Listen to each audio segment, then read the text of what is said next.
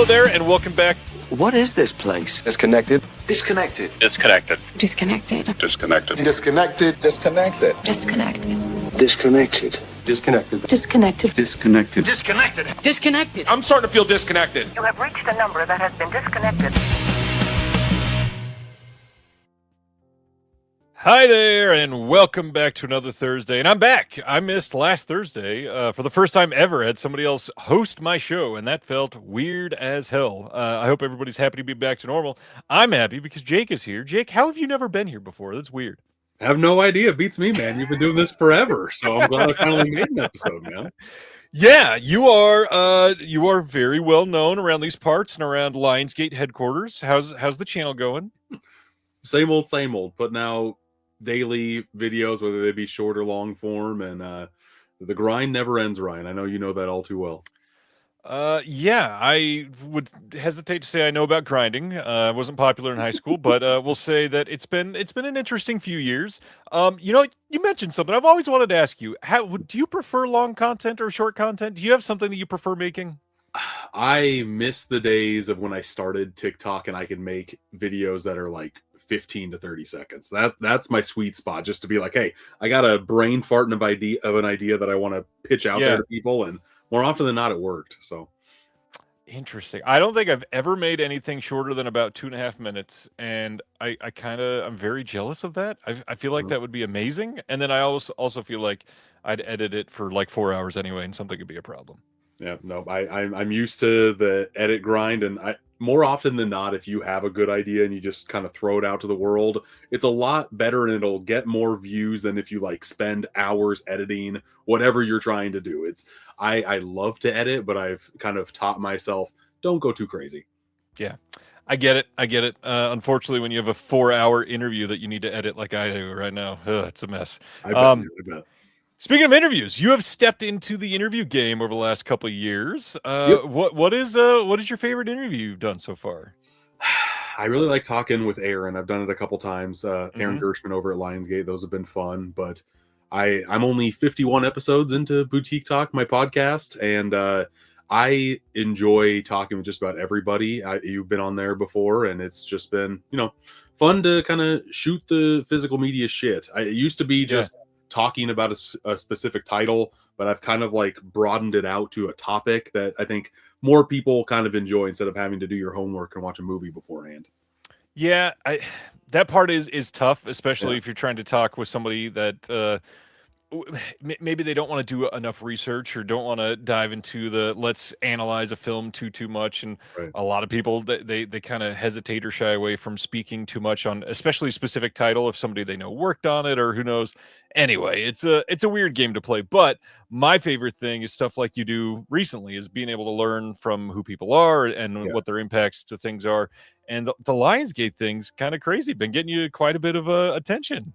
I've had him on twice. I'm hoping to do like a once a year check-in just to see like how Lionsgate Limited has done as a whole. I might expand that out next time and just say Lionsgate in general and get his topics on more things other than just Lionsgate. I think that would be interesting to come from a guy kind of higher up over there as well. But I've liked talking with Mexifunk. He makes some great steelbook designs, and he will talk your ear off in the best way possible. He's got so much insight to just like soak up like a sponge.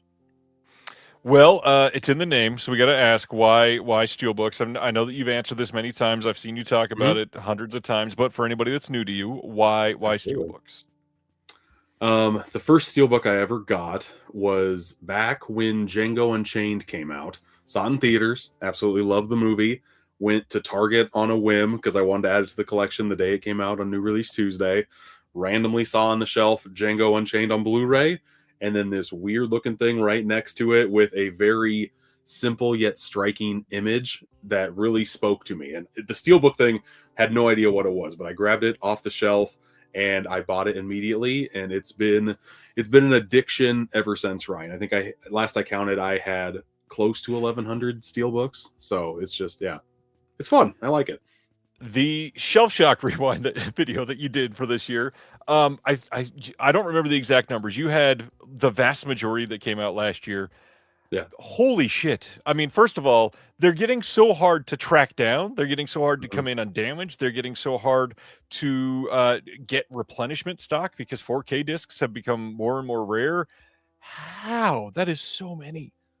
It's rare. I mean, I guess I'm lucky in a sense because a lot of studios send me this stuff anyway. I'm very blessed when it comes to that. And when they send a package to you, they don't throw it in a goddamn bubble mailer like Amazon does. That drives me crazy to no end. Yeah. I also put my negative posts of like I bought a Sawtooth Steelbook, and there were two times that I got it sent to me. One was in a bubble mailer, one was in a box. They both came dented as shit. So Ooh. it's hard. I miss the days of going into Best Buy and like combing through and Same. finding the best Steelbook. That was really what made me fall in love with Steelbooks, is that I could get in there with my hands and look at all the new artwork in person. Buying Yeah. physical media in 2026 majorly online is just it doesn't hit the same. It doesn't. I mean, first of all, the problem of facing first off stocking crises that we've had over the last year is a shitty thing to have to focus on, especially when you would think you're a consumer. They want your money. They should make that easy, but also it's just not as simple as saying yes to all of that. But the other thing, back in, I don't want to say like the heyday of physical media necessarily, but the heyday of steelbooks, probably around 2018 ish, of when you could walk straight into Best Buy on release day and there would be 15 copies of any steelbook that was coming out that day. Mhm. And not only did you not have to pre-order and fear that it would sell out on day one, you could go in there and choose. You could wait a week. You could see how, do I like this design? Am I going to waffle on it? Can I wait for a sale? That's a very different world than we have now.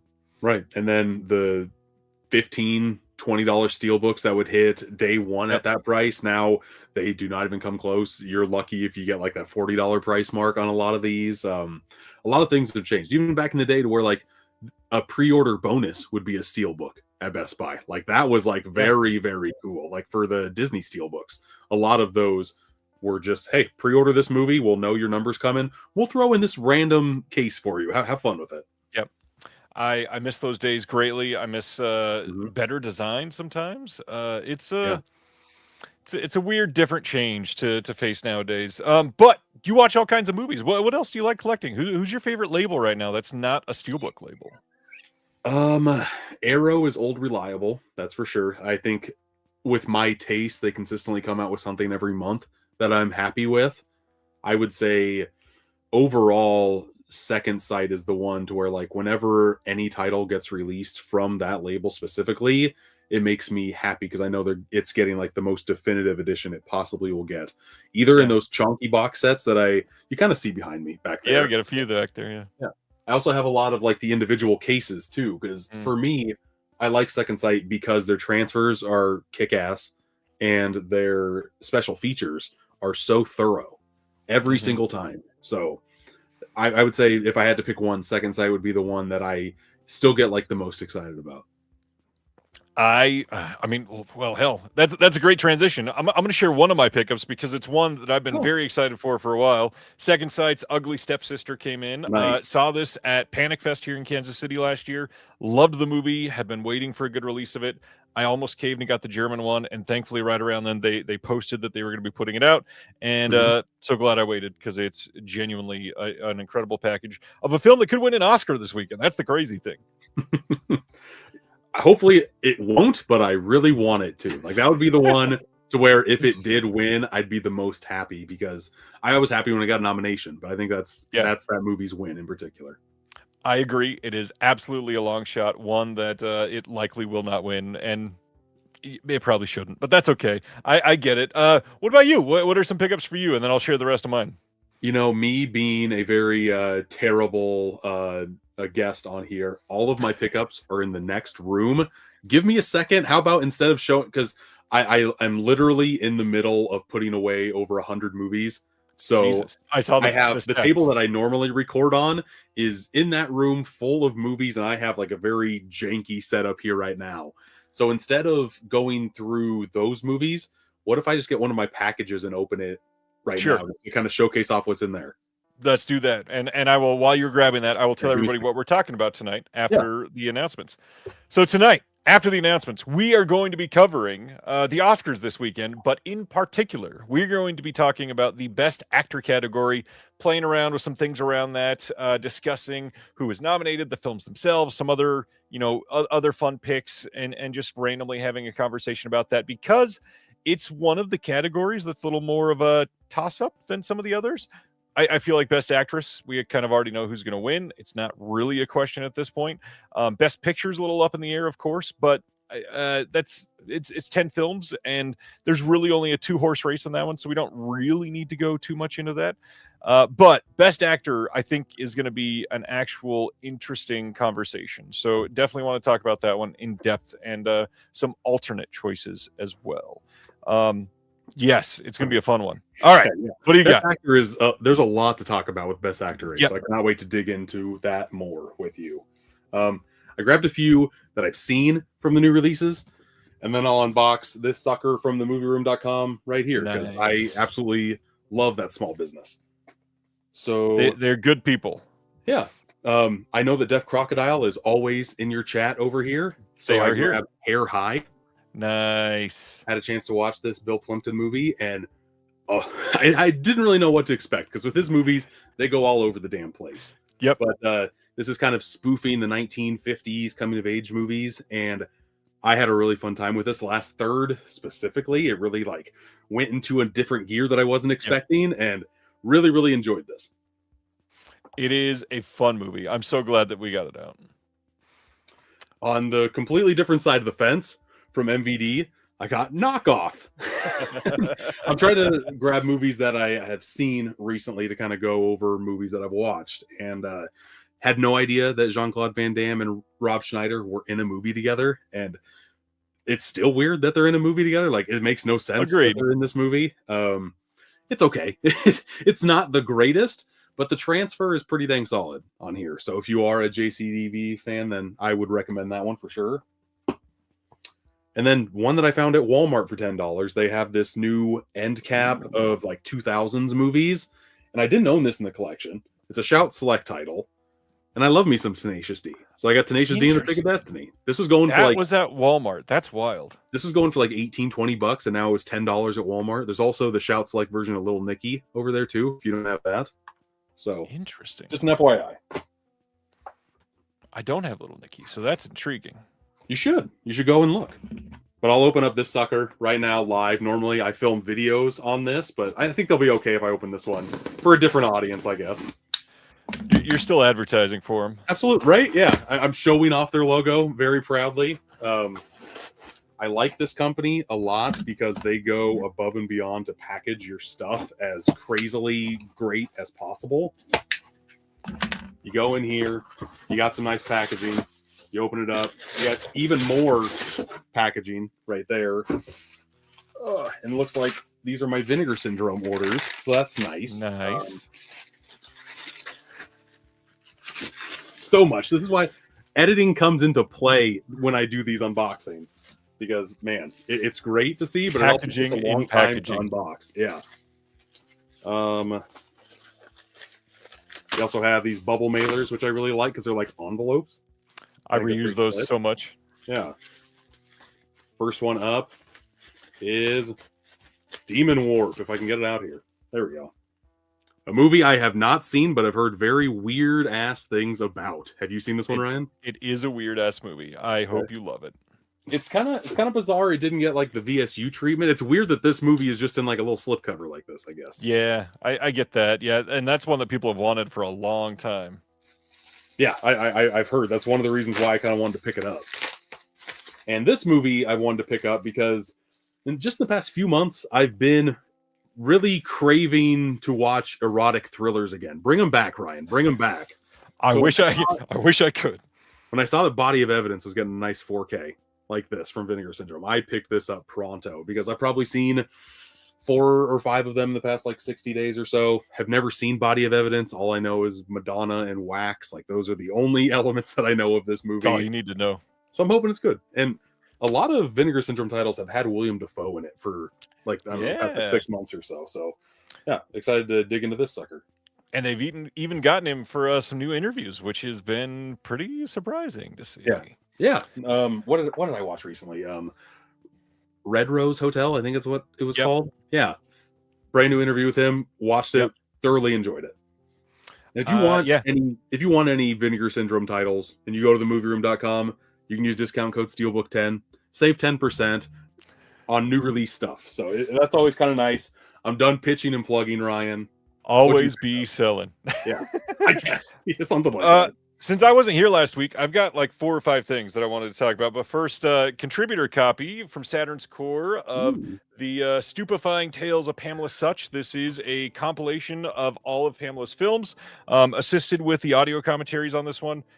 Great, interesting, like almost Looney Tunes-esque movies that people need to see to believe. They're great. Third Window Films doesn't get enough love. Brand new release of the Angel Guts collection. Still missing the one film out of the collection, but it's because the actress basically said that it can't be released, so it's not going to be released. From a company that you're intimately familiar with, Umbrella. Got the Thai horror collection in. This was just on sale with them. So here is that. Very interested to check out some of those because I've never seen any of them. And you've been on some Umbrella titles recently. So we're going to talk about that in a minute. A24 got in their newest zine. It's got the pillion cover, and they've got a little poster type thing for the next film they've got coming out. Right? Yeah. Mm-hmm. There's a Patreon for a group called I'm not remembering their name, and I should. Layered Butter. Layered Butter is a group that has put out art books, essentially, with some articles mixed in, and that sounds like I'm describing old Playboys. It's not. It is primarily based on films and pop culture, and they started a Patreon for mini posters, and I'm a sucker for art, and I'm a sucker for we'll say supporting artists directly, and they are giving a lot of the Patreon money straight to artists. So their newest poster is a cover of The Matrix. And, that is mini too. I was expecting like Arrow Video level, maybe. Like that's a teeny guy. That's. Do you have a place to put those? Oh, postcard. Got it. That's so very cool. There are 5 of them in here, so I can keep 2 of them and share art with other people that I want to share. That's really cool. Yeah. That is the fun part. I also do a series. I do a series of videos called Physical Media Pen Pals, and I would love to do like postcards with actual art to kind of ship out to people. Actual art, speaking of, this is the newest issue of my magazine, The Physical Media Advocate. We've got really, it's my favorite cover. It's the female prisoner scorpion cover. Incredible issue this month. Maybe my favorite one that we've ever done, genuinely. Check it out. You can get it on Amazon and about 15 or 16 stores in person around the U.S. and one in Canada now. I am so stoked to be able to have that out there. And then the last thing, hopefully he's listening to this, patron of the show, Tony Youngblood, he and I were shooting some ideas back and forth for genre labels for your collection. And I've tried this a couple times in the past, and I couldn't get it done in a way that appeased the idiotic OCD side of my brain and my collection. And Tony put these together. These are 3D printed, and they are coming with an L-shaped bracket. This is it. And it's got this groove around one side. So you stick the bottom portion of this in between 2 releases. The groove is sticking out towards the edge of your shelf. And the labels themselves here are, they fit directly into the groove. Here's fantasy, dance, and musical. So when they're up, hanging in your collection, you can put these in the groove, and they're completely visible on the side. They look like the old VHS stickers. Yeah. They look like they can be peeled off. They are different colors. There are like 40 options that he sent in here. Jeez. This is incredible. Tony, you're amazing. Thanks for doing this. Absolutely incredible to get this in the mail from you. Came very quickly all the way from Nashville. So amazing. Thank you. Well, here's a good improv question for you, Ryan. How do you categorize your collection? Do you go by genre? Is there any other way? I don't. Right now, it is there space over in that stack? Then put it there. But before that, I really like the way that labels look together, especially when they're all designed the same way. So I was going within the label, if they have spine numbers, going by spine number order. And then I got everything on the wall, and then I realized I don't want to watch a movie based on the spine number. I want to look at it based on the title or the genre. And those are the only 2 ways I should have done this. So although it looks beautiful when it's done right, holy shit, is it rough to find things sometimes, especially if you have Now, this is going to sound like bragging, and I don't have them anymore. But when I had every single Vinegar Syndrome title ever released, and I went, oh, I know Vinegar Syndrome released that. I have no idea where in the 580 titles it came out. Yeah. So I'm sitting there going, nope, nope. And now I'm like 7 rows down, and you're like, where the hell is it? It sucked to do that. But it did kind of like burn into my brain eventually. So on one hand, I think it taught me my collection a little bit better, but that's not a great thing, especially for other people. So as soon as I clean this up, I'm about to sell a shit ton of titles. So if people are after some of my stuff, send me a DM and maybe you can get a sneak peek at some things. But when I go back to reorganize, it'll probably either be by title or by genre, and then title within the genres. What about you? I worked at Hollywood Video for 10 months up until the whole franchise closed in college. Like, I had like a bucket list of things I wanted to do in college. Working at a movie store was definitely one of them. And so it imprinted in my brain to go alphabetically. They go alphabetically up by genre. I just did alphabetically, and I've grown into this boutique room. So now I do by label alphabetically. That's just how my brain is wired, and it's a lot easier to find that than it is by spine number. Friend of the channel, Films by Color DJ, he has a lot of criteria on movies, and he does it by the number. I think he's a maniac for doing that. I wouldn't be able to find anything, but he has the numbers memorized of when they came out. So however your brain works, just kind of put them up like that. Yeah, and there's, I mean, the amount of other people's collections that I've seen now doing this for so long. I've seen people go by director, by release year, by country, by there's been a couple by spine color. I've never understood that one. It looks very nice on the shelf, though. Yeah, beautiful. Yeah. But I certainly don't think I definitely want to watch a red spine title tonight. No, I've never had that feeling in my life. Well, what about some recent watches? What have you been checking out recently? Because thankfully, one thing that I do appreciate about you, sir, specifically, there are other people that talk about collecting. Not only do you talk about collecting, you talk about watching things. So, what have you been watching? I for the past 2.5 years, I've put up a movie review a day on Letterboxd. That's just something that I like to do. I won't be able to watch every single movie in my collection. I know that. But if I can attack the ones that I haven't seen, just to kind of inch that pie closer, the pie chart, I have the My Movies app, and I can categorize them by movies I've watched in my collection and movies I haven't. And I'm very close to that 50-50 split in my collection. I don't like that whatsoever. So the movies that I have watched are either movies that recently, I guess. I've been trying to go back to like classic movies instead of like trying to keep up with new releases. I do that too.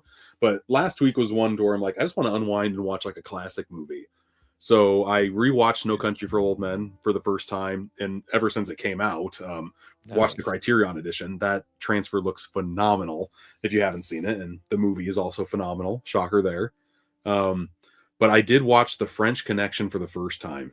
I'm trying to go through the director's filmography. I've watched a handful, and French Connection. It's okay. I guess I wanted to like it a little bit more, but the action, like that car chase scene, is so damn good. And even like there's a little tiny action scene with a car going over a bridge, going back over, and the shootout afterwards. I think that, I don't know. He's got an eye for action. He doesn't really bust it out that often, but when he does, it usually puts a big smile on my face. Not to mention that scene influenced so many movies after that. You can literally see the DNA from that scene. Well, and that was shot illegally. Like they did not let the city know at all. People were randomly going in. The car crash that you do see was accidental. Like that whole approach to that movie that he took, specifically in that action sequence, absolutely wild. And there's a great it doesn't have a 4K yet. I watched the Blu-ray. There's a great special feature on just like them filming that scene shot for shot, and definitely worth a watch. And it was a very, very interesting movie, and I'm glad that I had the physical media. I don't know if the streaming kind of put in the bigotry at the beginning back. I know that was a big deal when they took it out. I don't know if they ever reversed course, but I think that's important for his character. Like if that's not there, you don't really hate him as much, and I don't think you're supposed to root for this man at all. I would agree. Mhm. Yeah, good movie, good movie. Censorship shucks. That was not the right way to say that. Censorship. Never Shucks. mind. Censorship shucks. Um, I have some interesting things to talk about this week. Since I was Yeah. not here last week, I was at a documentary film fest in Columbia, Missouri, Oh, and dang. checked out a handful of titles there. I also went and saw The Bride in theaters this last weekend. Long story short on The Bride, very stylish, very bombastic, very incredible performances from everybody. Is it a great movie? Not even remotely close. Is it a super entertaining movie that I think pretty much everybody should see and would likely enjoy in some ways? Absolutely yes. Even though it's not a great movie, it's still a 4-star movie for me. I think that the plot is scattered. I think a couple of things don't really work, but everything else that does works better than most other films that take tiny swings. And this is a huge swing, and it worked very, very well. Jessie Buckley deserves all the awards ever, and thankfully she will win in 3 days. So congrats to her. I would say, thankfully, the voting was already done before The Bride came out. It's kind of what I've heard. 'Cause, I mean, she definitely goes for the fence in that movie, from what I've heard, but a lot of things don't work, unfortunately. Yeah, I agree. And then some other things. So the documentaries, there is one near and dear to my heart, a movie called Seas that I got to see finally. It's about a small town in Kansas where the local police force came in and seized their county's newspapers, their electronic devices, their cell phones, went to the house of the editor and stole essentially stole, walked in with a warrant that they unjustifiably got, took his personal computer and cell phones. His like 97-year-old mother was in the house there who used to run the newspaper. And the day after this illegal seizing, she passed away. And it seems like it's from the stress of this situation I bet. because it came in and harmed the whole family. They ended up suing the city, and it's this long, very interesting look at small town controversies and how they can affect people, and about fighting the First Amendment rights in small towns that don't get proper news coverage for stuff like this. And thankfully, this one did. And because when you go against a hard-nosed journalist, he's going to get the word out. And it is something that I think everybody should see. It's a very important movie for right now. And that led into my second important movie, which is a movie called First They Came for My College. It is about a college out of Florida that has essentially been taken over by people from different ideologies. They changed the board of trustees. They changed the onboarding requirements. They rooted certain people out of the college to change the way that it was developing students in the state. And it was a crazy time. There's so much that I could describe and don't need to get into the political side of it, but it is something that is terrifying and nobody should be able to do that. It is awful. But go watch the movie. It is great. It should be coming to probably another festival near you soon. And eventually, I imagine something like that will probably be on like HBO Max. It's that type of a documentary, that or Netflix, something like that. Theater wise, you go, how many times do you go theater every year? Because you're a big defender of it, like myself. I am, yeah. Recently though, like the past couple of times that I've had negative experiences, which kind of sours me from going as often. But tomorrow the family and I are going to go see Hoppers, and this will be their first movie in 4DX with like moving seats and the mist whenever like it's like raining or something like that. My wife and I saw Send Help like that. Awesome experience for that movie. Yeah. I thought it really elevated it, so I'm hoping Hoppers does the same thing. I plan on seeing Project Hail Mary on Monday with that Amazon exclusive showing. Nice. I try to go as often as I can, but with 2 little ones in elementary school, I don't go as often as I'd like. But a handful of times a month is what I try to strive for. I miss it. Up until December, I was going every single weekend, and now That's wild. You went to like 3 or 4 movies on a Sunday, like it was crazy. Yeah. But my biggest day last year, I went to 5 back to back on a Sunday, and it's a damn good day to do that. I will say. I just crave a double feature, Ryan. I couldn't imagine seeing 5 movies in theaters in one day. I would explode with happiness. It is heaven, and be able to get like unending diet soda refills all day, a couple large popcorns throughout the day, not have to actually eat food and just live off of popcorn. That is a good day. I wanted to talk about something, and I don't want to awkwardly put you in a spot. So if you want me to pull you off the screen, I happily will. It's nothing political or anything like that, but it is quite personal. I didn't know what I was going to say about this, so a lot of this is off the cuff, not prepared. 2 days ago, I walked into a lot of people here know this. I work for the federal government, have for the last almost 17 years of my life. 2 years ago, I walked in and resigned from my job on the spot. Hmm. I am moving into a time where I cannot stand what is happening with this administration, so I wanted to walk away from that. I'm also in a period of my life where I'm meeting, I mean, not to brag at the same time while I'm talking about this, but we met with Fathom Events today. Now I've got a relationship with Fathom Events to put some of our films in theaters across the country through Fathom. You better But puff up your chest about that, bud. That's a big fucking deal. yeah, it was a good day. While doing that, I can't really work at the government at the same time. And so I think that I'm on the cusp of something incredible and I need more time for that. And so over the next 2 months, I'm going to be putting all my time into this and essentially hope that the country's got me and that people will come out and support Antenna in a way that I can support you all back in return and keep prices low to keep you included, to keep you interested with great movies, to curate in ways that you can understand and trust our taste and flavors. And all that means is I need support more than ever. So please watch more of the videos. If you want to join the Patreon, link is in the description below. I would say if you want sign up for a year in advance, you get it like a 10% discount.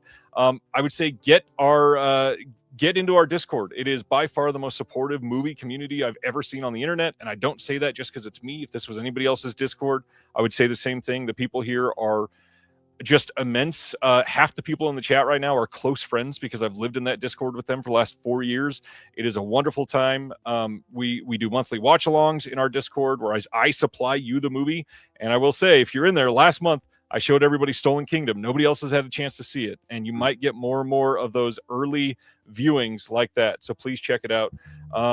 I am terrified. I will say that after having mental stability for supporting a family for 17 years, I don't have that safety net now, and you all could help be a good safety net. So I appreciate you. First off, congratulations. I know that's got to be, you got to be shitting bricks for doing what you did.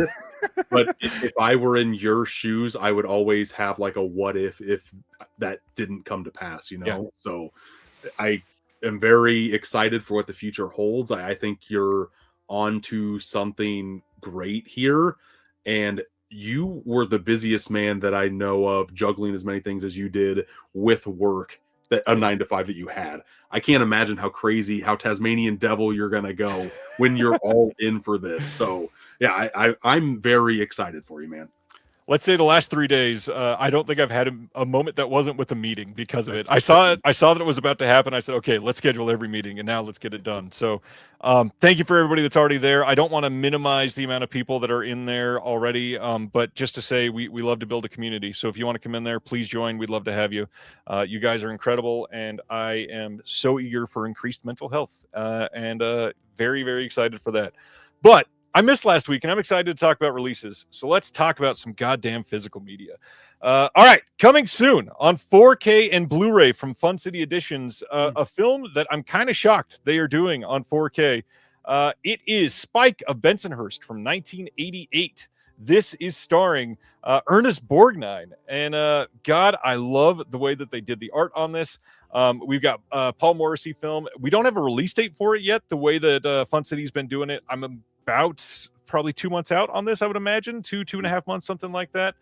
This is going to be a limited edition site exclusive slipcover with new artwork by Colin Murdoch, double-sided wrap. We've got a booklet new essay by Margaret Barton Fumo. We got a newly recorded audio commentary by Will Morris, an image gallery, a trailer on here, newly recorded video interviews with the casting director and the DP, plus some archival extras. Fun City, have you been keeping tabs on them much?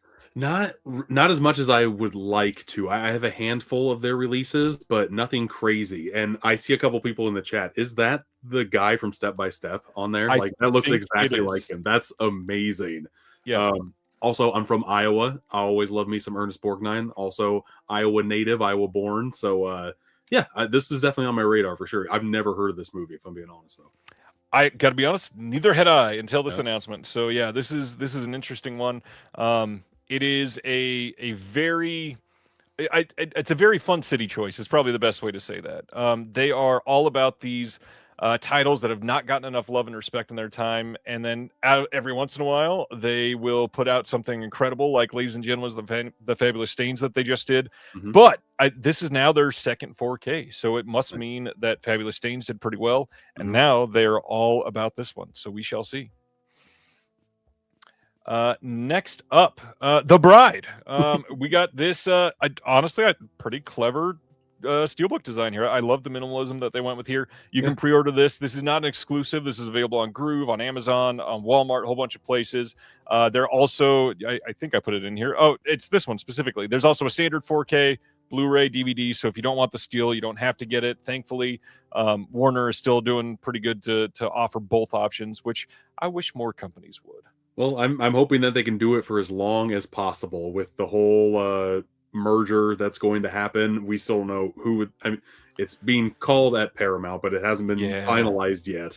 I'm very pessimistic about it, I guess, because when Skydance took over Paramount, they have not released a lot of physical media releases, so it makes me nervous.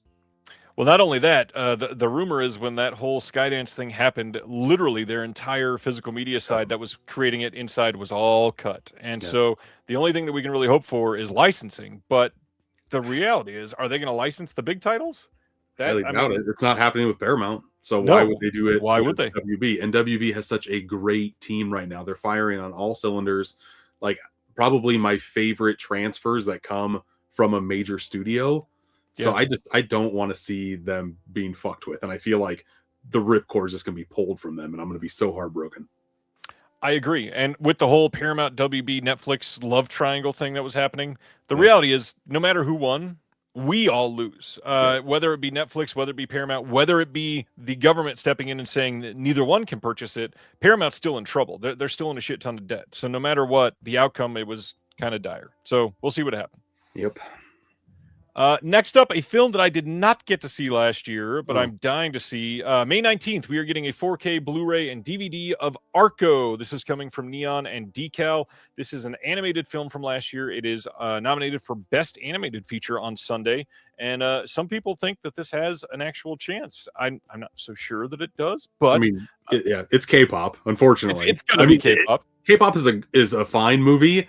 I have never seen Arco, but it's got a hell of a cast, and it just looks like color gasms out the eyeballs, and I love that with my animated movies.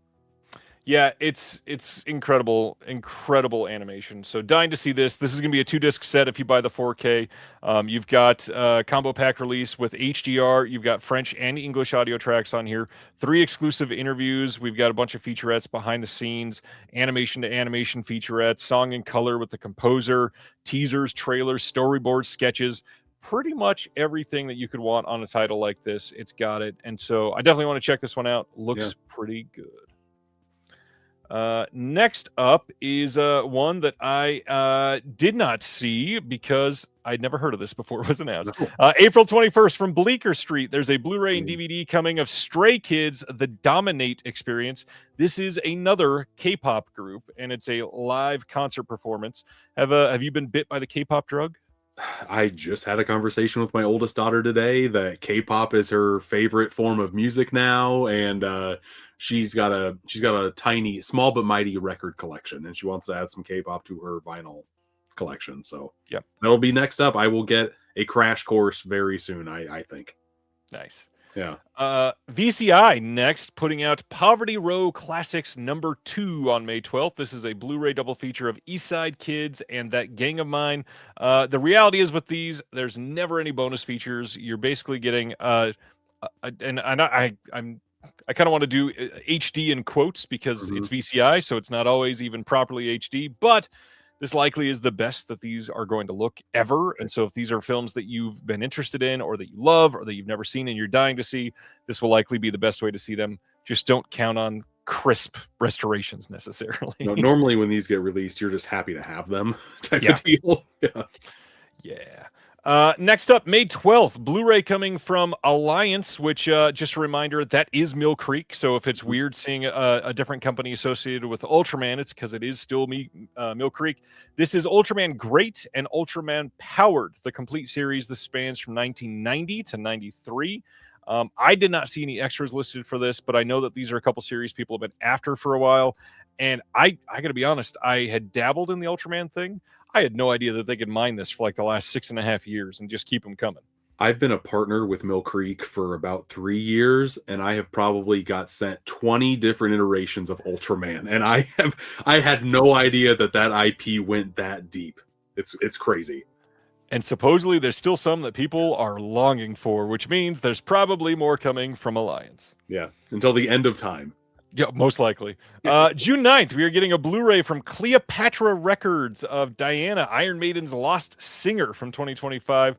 This is a pair of fans of the heavy metal band Iron Maiden launch a crowdfunding campaign to help Paul Di'Anno, a.k.a. The Beast, the band's iconic original singer on the band's first 2 albums, Iron Maiden and Killers, get back on his feet, literally, emotionally, and professionally.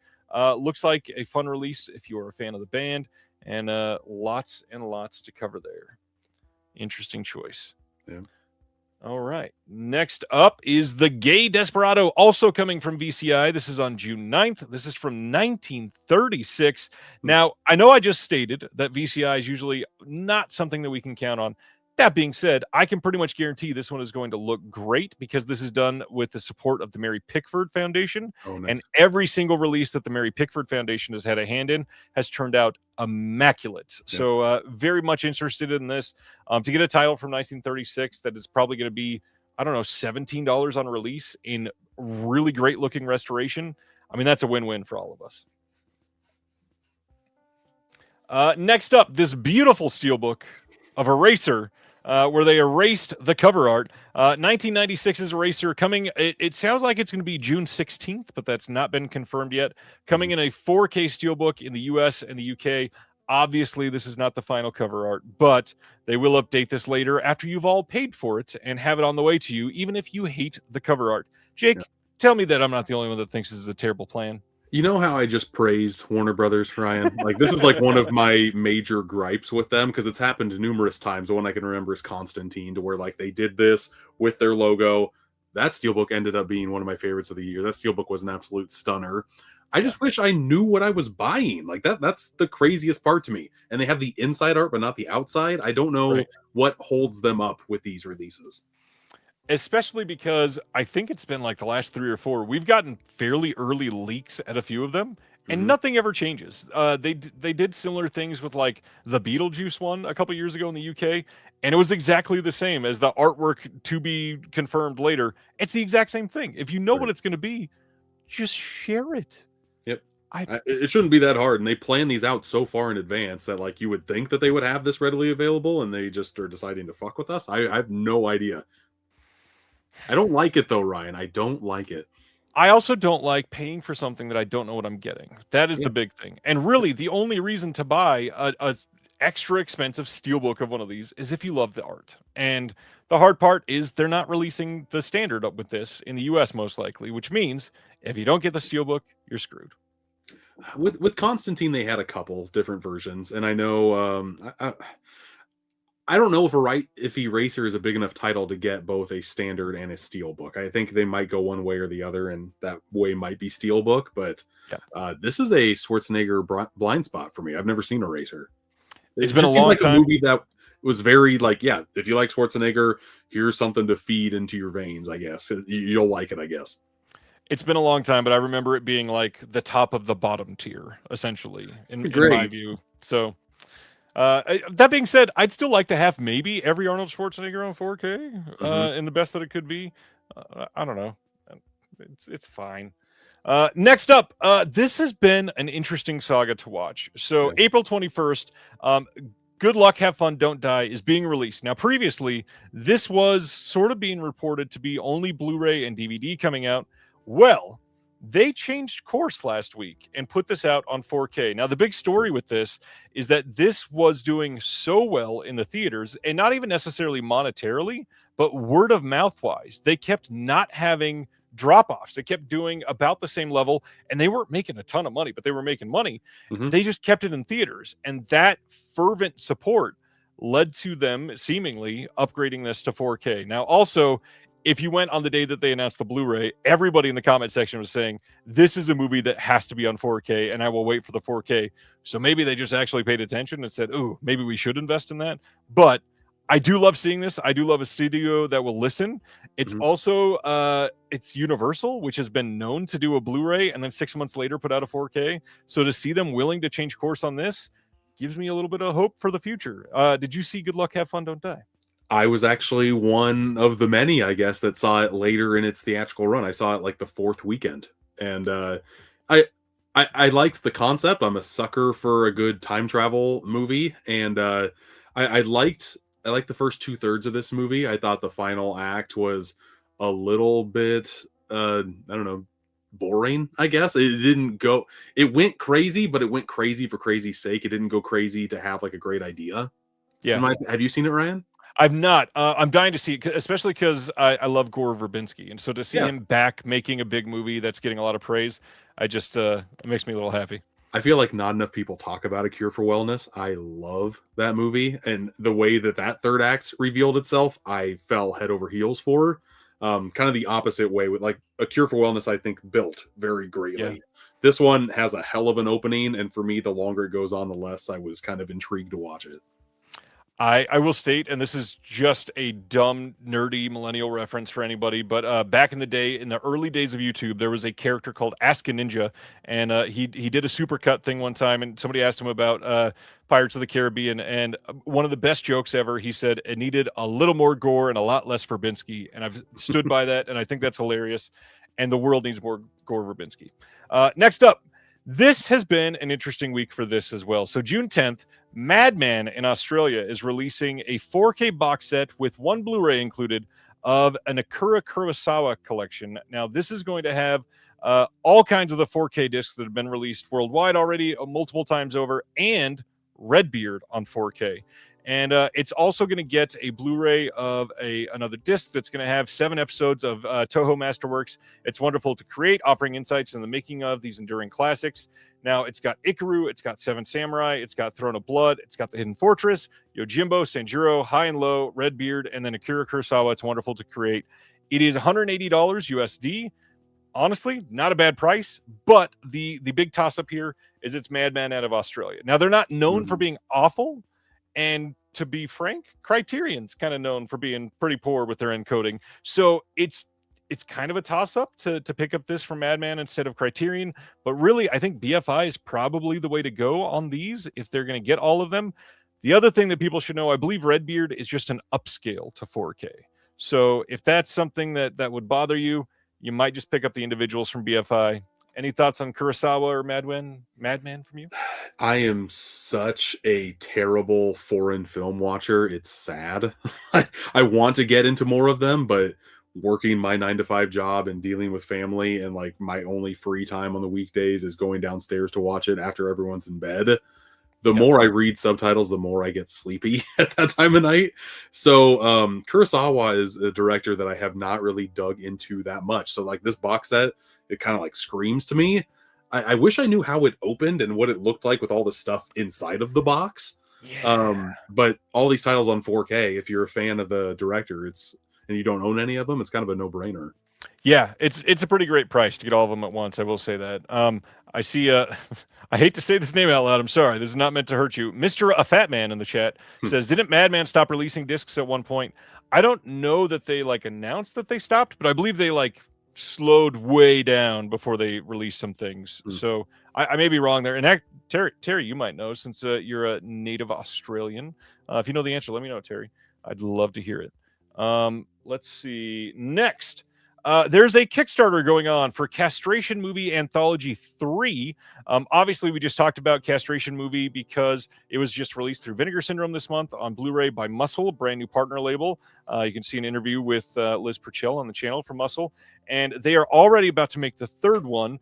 And I believe they're supposed to be 4 or 5 total. And so they plan on doing a lot of these. But the big thing is these are long films. Each one of these is like 4.5 or longer hours. Kind of crazy, but they do these pretty special editions for their Kickstarters. So if you want to support, this is the best time to do it before the Kickstarter ends. And they actually have a bundle, so you can go back and get the original Kickstarter exclusive versions of the first two as well to have the matching extra special editions of all three. Terror Vision is a name that we have not been talking about much recently because they've been facing some manufacturing woes, and finally they are coming off on the other side of that. And so at the time, we are seeing some of their discs start to ship that were put up for pre-order in the 13 weeks of Halloween. We are getting a brand new slipcover art for Dante's Inferno, which I got to admit, this is an easy contender for best slipcover of the year so far for me. This is freaking beautiful. Love this release. If you've never seen Dante's Inferno, it's from 1911.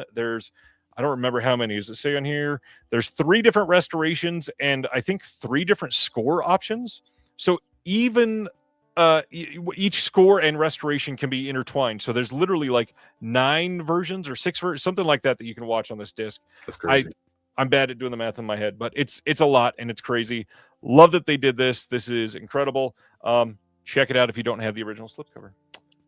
They also are releasing a standard edition of Sledgehammer, and I should say that for Dante's Inferno and this, they're both shipping immediately. They've been in their warehouse for a while, but they didn't want to piss people off and put these up before the other ones could start shipping. So now that they got some of those, if you got one of those shipping, you can order this with it as well. This past like year and a half for TerraVision, it's just been like bad luck. Yep. Like stacked on top of each other with the whole warehouse woes, them having to move, and then production issues on a lot of their stuff. It's just they can't catch a fucking break. It sucks. Yep, it's been a while. I know a lot of people are worried about Gatorbait, as we've got Sibner asking about it. Gatorbait supposedly might finally be shipping next month, and I know that's crazy because that's literally 11 months after announcement. But we were trying to go for the best product, and we were told, I believe, all in 4 different times that somebody had found the missing reel. We had to check it out, literally. Otherwise, why would we release it in an inferior way? So I'm glad that we went the distance, and we got now even more footage than we thought was possible for the film. So check it out. Yep. Make it worth the wait, right? Exactly. Yep. May 5th, we're getting a 4K steelbook of a sci-fi classic. It Came from Outer Space from 1953. It's got a 4K disc, a Blu-ray disc, and a digital copy, and it does have, I believe, the 3D version on the Blu-ray disc. Nice. Have you seen It Came from Outer Space? I haven't, but this artwork on the steelbook does not make it look like it's from the 50s. I can tell you that much. That looks more like an animated movie or something you'd see off of like Star Trek Discovery than anything else. I'm probably going to piss some people off in the chat. I'm not a 50 sci-fi guy. I will say I think the art on this is much better than the movie. But this is a great-looking steelbook, and people should see this at least once. And Cinema Force is asking, isn't this already on 4K from imprint? Not only is it already on 4K from imprint, it's already on 4K from Universal. They're just trying to milk more money out of the physical media crowd. So this is really only if you desperately want the movie on 4K and you don't have the original one. Otherwise, there's not really a reason to get this.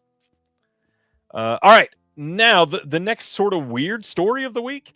Neon is releasing No Other Choice from last fall on 4K and Blu-ray this October, almost a full year after the film was released in theaters. It's an award season snub. It's a film that people have been dying to see. It's one that is still playing in some theaters. This is going to have 2 different versions of the film. We got the theatrical cut and an expanded cut, which I'm excited to see. But this is a film that is directed by Park Chan-wook that I adored. This has a 32-page deluxe hardcover book with it. It's got a making of that's 30 minutes behind the scenes. If you buy it from the Neon website, you get these 2 enamel pins at the bottom, which they're cute and all. But after shipping and taxes, this one film and 2 pins, $84, Jake. My God. $84. I like that Neon is taking the A24 approach, it looks like, with some of their packaging. I wonder what the size is, if it's more of like just your standard size or if it is going to be like a giant A24 size. You can't really tell from that image. I guess with the discs in there, if it is like to scale, it'd probably be more like a regular case. I wonder if it's taking so long because they're trying to figure out like major like packaging, just making sure distribution wise it goes smoothly. I don't know why they would announce it so early on in the process. This is very interesting. I feel like Yeah, I don't know, they got to recoup some money or something like that, but it's kind of weird. It's also going to be on Amazon, and what's interesting here is I believe the packaging wise, it'll mirror what they did for Old Boy. Did you ever see that one in person? I love that. I have it. Yeah, I love that edition. But that edition was like $50. I don't know why this is adding on an additional 30.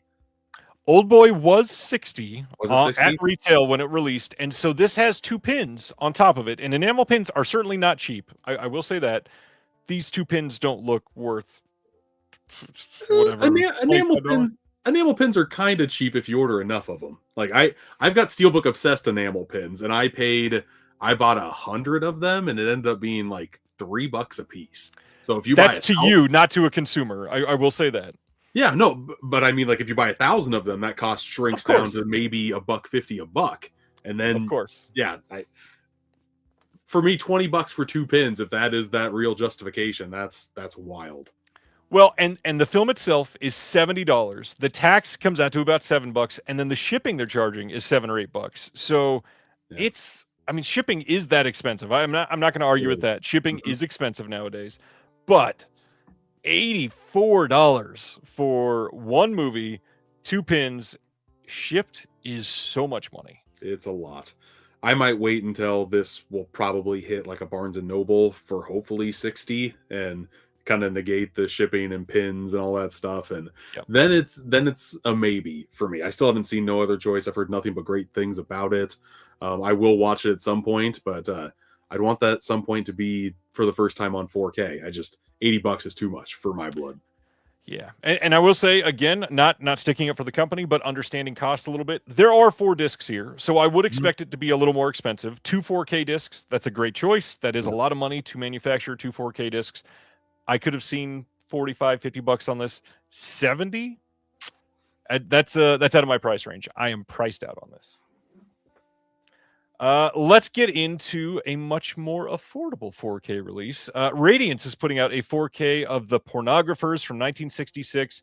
This is a 4K Blu-ray dual format release in the UK only, and this is coming on June 22nd.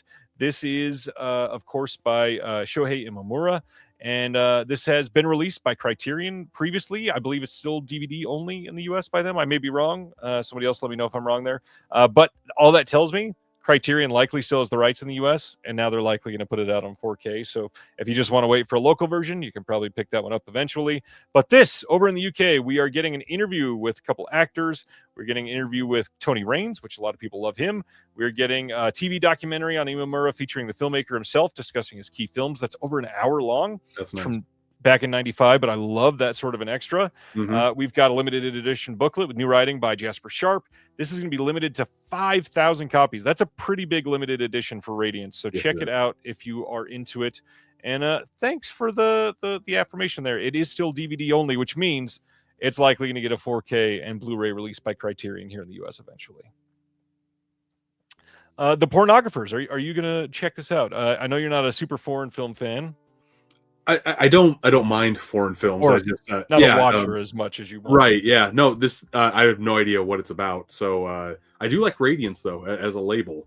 Normally for their Blu-ray releases, they limit it to like 3,000 copies. So Yep. it's nice to see that for 4K. Hopefully it stands the test of time. There's not going to be any other format above it, so they printed a little bit extra. Yep. So yeah, A lot of people that love these films are definitely going to import, and then when Criterion releases theirs, will probably not sell nearly as much as it would. I could see it. I could definitely see it. All right, next up is Warm Water Under a Red Bridge from 2001 is coming on June 22nd on Blu-ray over in the UK only. Now, this is UK only because this did just get a Blu-ray release that came out again by Film Movement here in the US. You can pick that up on the Vinegar Syndrome website. This is, I think it says here, I think it's his last film. Yeah, Shohei Imamura's last feature reuniting the cast and crew of his Palme d'Or winning The Eel. For a boldly sensuous and taboo-breaking love story. This is going to have a couple brand new things. We got an introduction to the film by Takashi Miike on this, which is Very really nice. cool. Yeah. Teaser trailer directed by Miike with newly filmed intro. Archival discussion with Imamura and Takashi Miike. And then a booklet with this, as usual, with new writing by Bastian Mironi. Yeah, we've got some new extras on this that are not on the Film Movement release. So if you love this movie, you might want to pick up both. There's a reason to there. Next up, Solo from 1970 is coming on June 22nd in the UK, June 23rd here in the US from Radiance. This is about a womanizing violinist and jewel thief played by Jean-Pierre Macchi, who must abandon his carefree lifestyle when he learns that his younger brother is part of the leftist revolutionary group responsible for the brutal murders of powerful men. Determined to save the life of his idealistic sibling, the cynical drifter becomes embroiled in a struggle that is not his to fight. A decade after appearing in La Tite contre los Murs, Jean-Pierre Macchi, I just murdered that. Sorry, Ronnie. Please tell me the right way to say that. I'm not French. Returned to acting with his profoundly satirical crime drama, unflinching and heavily influenced by American cinema. Solo captures the visceral feeling of disillusionment of a post-1968 French society brimming with rage at the sinister powers that be. We've got some archival extras on here. We've got an interview with an actor from 2022, interview with Jean-Pierre Macchi's assistant and friend from 2022, a reversible sleeve and a booklet with new archival extras in this that is with Macchi as well. Some good stuff. Yeah, no, from the description that you just read, sounds right up my alley. The artwork looks pretty damn solid too. So when does Radiant's artwork not know, look right? solid? Them and Deaf Crocodile, always the best. And I'm always a sucker for that middle section can just like go out and get folded back in without having to actually like fold it in half. It just kind of goes in like butter. It's nice. It is perfect. All right, next up from them is the one that I just mentioned that I don't want to slaughter again. I think you should, Ryan. Try it again. Contre le mur, something like that. This is from 1959. Also a Macchi film. This is going to be a 4K restoration supervised by Macchi Delicious Products. There is going to be some archival interviews on here. There's going to be newly improved English subtitles, a reversible sleeve, and a book with writing by Raymond Dergnat. Yeah, I need to check this out because I've heard that all of their stuff is great. Next up, they are doing volume 6 of their zine that they've been doing over at Radiance. This is volume 6 of Dirty Art House. This is going to be a UK release, but anybody in the US can pick it up as well. This is coming on June 22nd. So if you pick it up with their June titles, it will ship with them. This one is dedicated to the less discussed side of serious cinema, encompassing the strange, controversial, and difficult films. With new writing from around the world, issue 6 focuses on family values.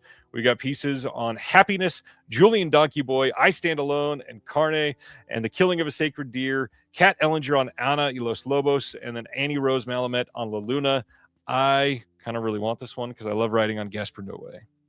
Yeah, no, I do too. And just like the murderer's row of directors that they decided to pick from here. I'd love to see that. Yeah, absolutely. Good list here. This one's interesting. I know you and I both have quite a bit from Imprint and Via Vision. Yeah. They are putting out a 4K soon of Ace Ventura When Nature Calls from 95? Yeah, 95. This is the sequel to Ace Ventura. How do you feel about Ace Ventura When Nature Calls?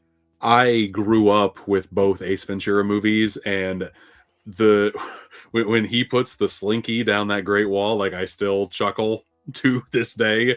I've got a soft spot for this movie. The rhino from this movie is up for sale right now. I don't know if you know that, going out of the bunghole, like still one of my favorite scenes of all time. So I cannot wait to go and see this movie on 4K.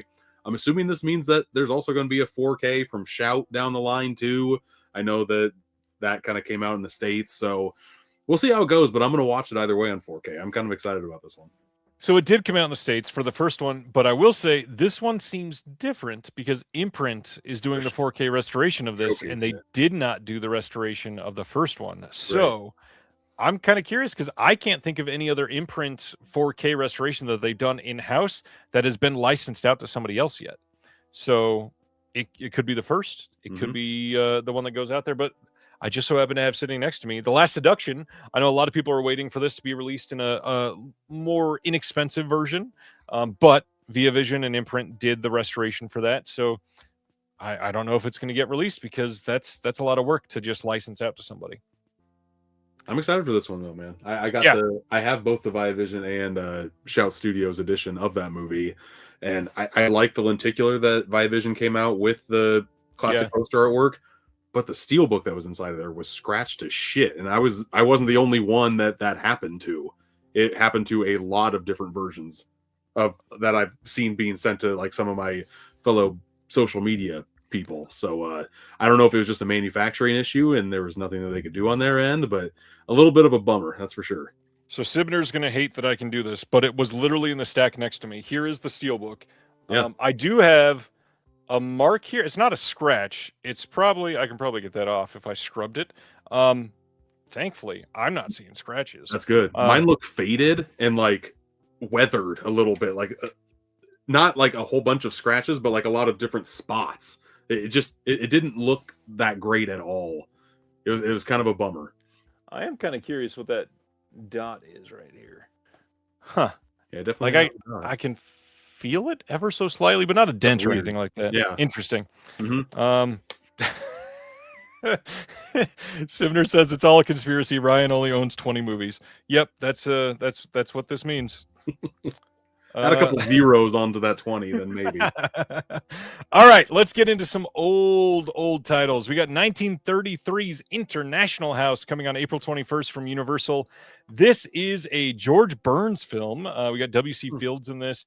This is a pre-code film that I've not checked out any of these mod titles that Universal's been doing, but I gotta be honest, I'm very curious about this because are they doing full-blown HD restorations, or is this like let's put an older scan up on a Blu-ray just to make some people happy? I kind of has anybody checked out any of these older ones? I'd love to hear some thoughts. I haven't, but I'm assuming the latter. I'm assuming it's another example of, hey, this is on disc, be happy, right? Yeah. Which sucks, but at the same time, this isn't going to sell 5,000 copies or anything, so I get it. Yep. All right. Next up from Universal as well on April 21st is The Private War of Major Benson. This one is with Julie Adams and Charlton Heston. Same exact sort of thing. This one's from 1955 from Universal. Breaking the mold a little bit before I go back to Universal. Altitude Film in the UK is putting out Nouvelle Vague from Richard Linklater from last year, which is supposedly amazing. Need to see this. This is about the Godard film Breathless and the making of that, but it's supposed to be just incredible to see. You can check that out now. You can pre-order it. Now, back to some older titles with Warner Archive before we get back to Universal. They announced a ton of stuff this month. Some stuff that looks really great, actually. April 28th, we get a Blu-ray coming of 20,000 Years in Sing Sing from 1932. This is an HD master from 4K scans, the original nitrate camera negative. This is going to have classic WB shorts on here, 2 of them, classic WB cartoons on here, 2 of them, and the original trailer. Are you picking up much from Warner Archive these days? Again, another handful situation. I'm a lover of the animation that they put out on physical media because they have such a catalog of titles that they're actually utilizing, which is great to see. The Huckleberry Hound box set that they put out, absolutely love that sucker. It is amazing, and the best part is it looks incredible. It does. Genuinely great-looking Blu-rays, and this is kind of where I wanted to sing the praises of Warner Archive, because this is the opposite of what I was just saying with Universal. Like, it's cool that Universal is releasing stuff on HD, I guess, but if you want to see the way to do it, Warner Archive is doing it not only right, but showing other people how to do it, and it's a masterclass because these will look incredible. Next up from them is King Richard and the Crusaders from 1954. This is also coming on April 28th from Warner Archive. This is 4K scans, the original camera negative as well. You've got classic WB cartoons, Satan's Waitin' and Baby Buggy Bunny, classic Joe McDoke short, So You Want to Be a Banker, plus the original trailer. This one is a George Sanders film, and Virginia Mayo's in this. Supposedly great. Not my style of film, so I will not be checking this one out, but glad for other people. You had me at Satan's Waitin'. That's a hell of a cartoon title, man. I got to be honest. I do wish I could buy the shorts on their own without the film, because I don't need the film. Then we got their second volume of Monogram Matinee. They announced the first one, I believe, just last year. So now we're already getting the second one. This has Louisiana and Song of the Range. These are from 1947 and 44, respectively. This is going to be 4K scans of nitrate fine grain elements. No extras on these ones, but it's a double feature, and it'll still be very interesting at that price. So check it out.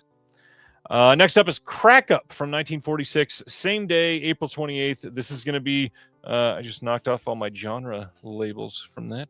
4K scans of the original nitrate negative on this one. This is going to have subtitles as always, but no new extras on this. Pat O'Brien, Claire Trevor, and Herbert Marshall. I assume you have not seen Crack Up yet? A lot of these older Warner Archives things, like I wish that I have seen, but I am such a Same. nothing, nothing for you. I feel like I'm just silent in the corner over here, Ryan. I'm Adam? learning every single month. Next, a title that I'd not heard of, but now it looks quite good, actually. 1937's Captains Courageous, coming from Warner Archive on the same day. This is with Freddie Bartholomew, Spencer Tracy, Lionel Barrymore, and Melvin Douglas, directed by Victor Fleming, a name that you will likely recognize. This one is 4K scans of the best preservation elements. We get an MGM cartoon, The Wayward Pups, MGM Robert Benchley short, How to Start the Day. Leo's on the air, Captains Courageous radio promo. Which I love that Warner Archive includes a bunch of those on a lot of their stuff. They get like the old Lux Radio Theater plays. And then, of course, the original trailer on here. Fun looking set. This looks like a good release.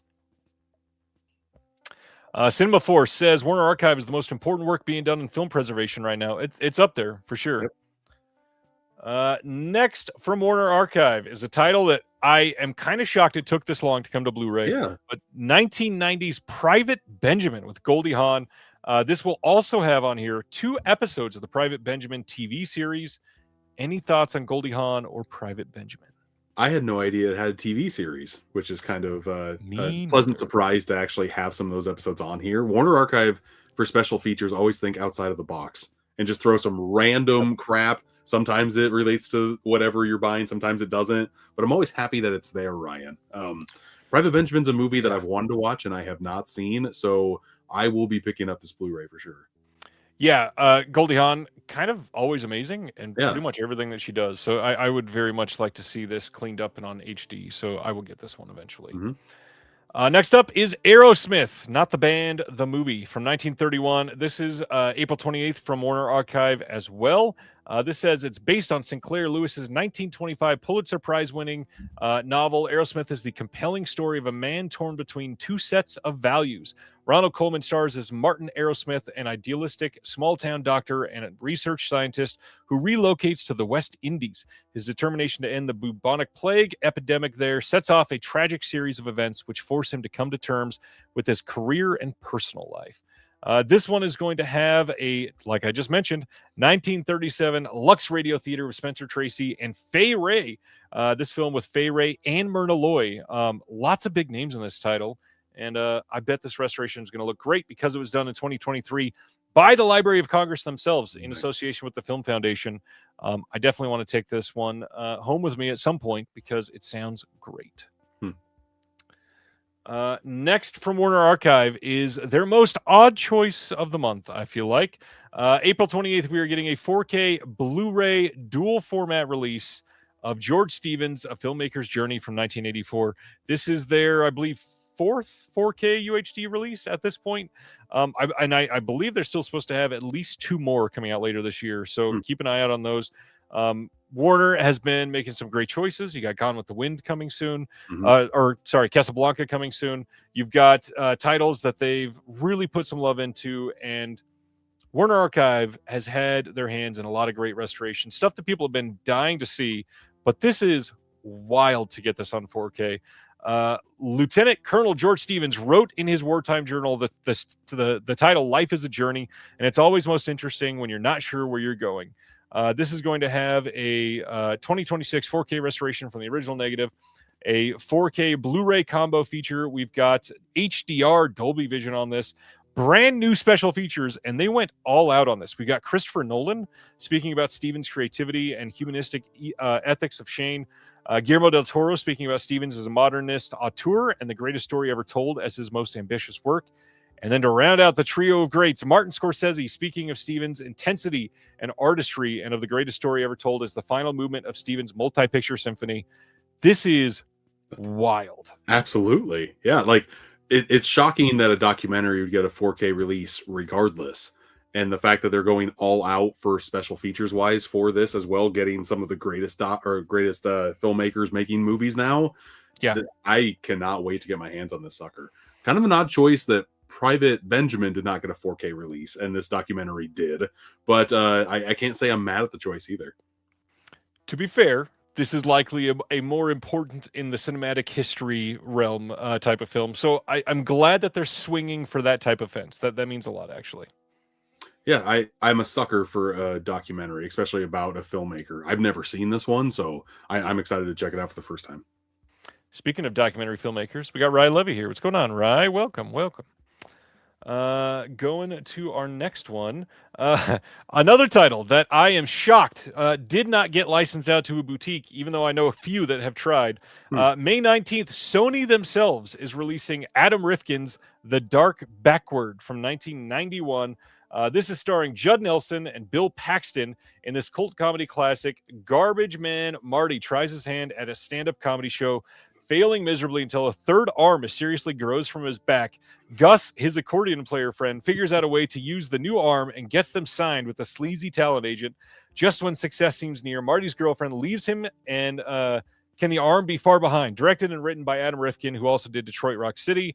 And of course, I think it was Decanoglog that released all of his like home videos and stuff in a compilation in the last couple of years over at the Vinegar Syndrome website.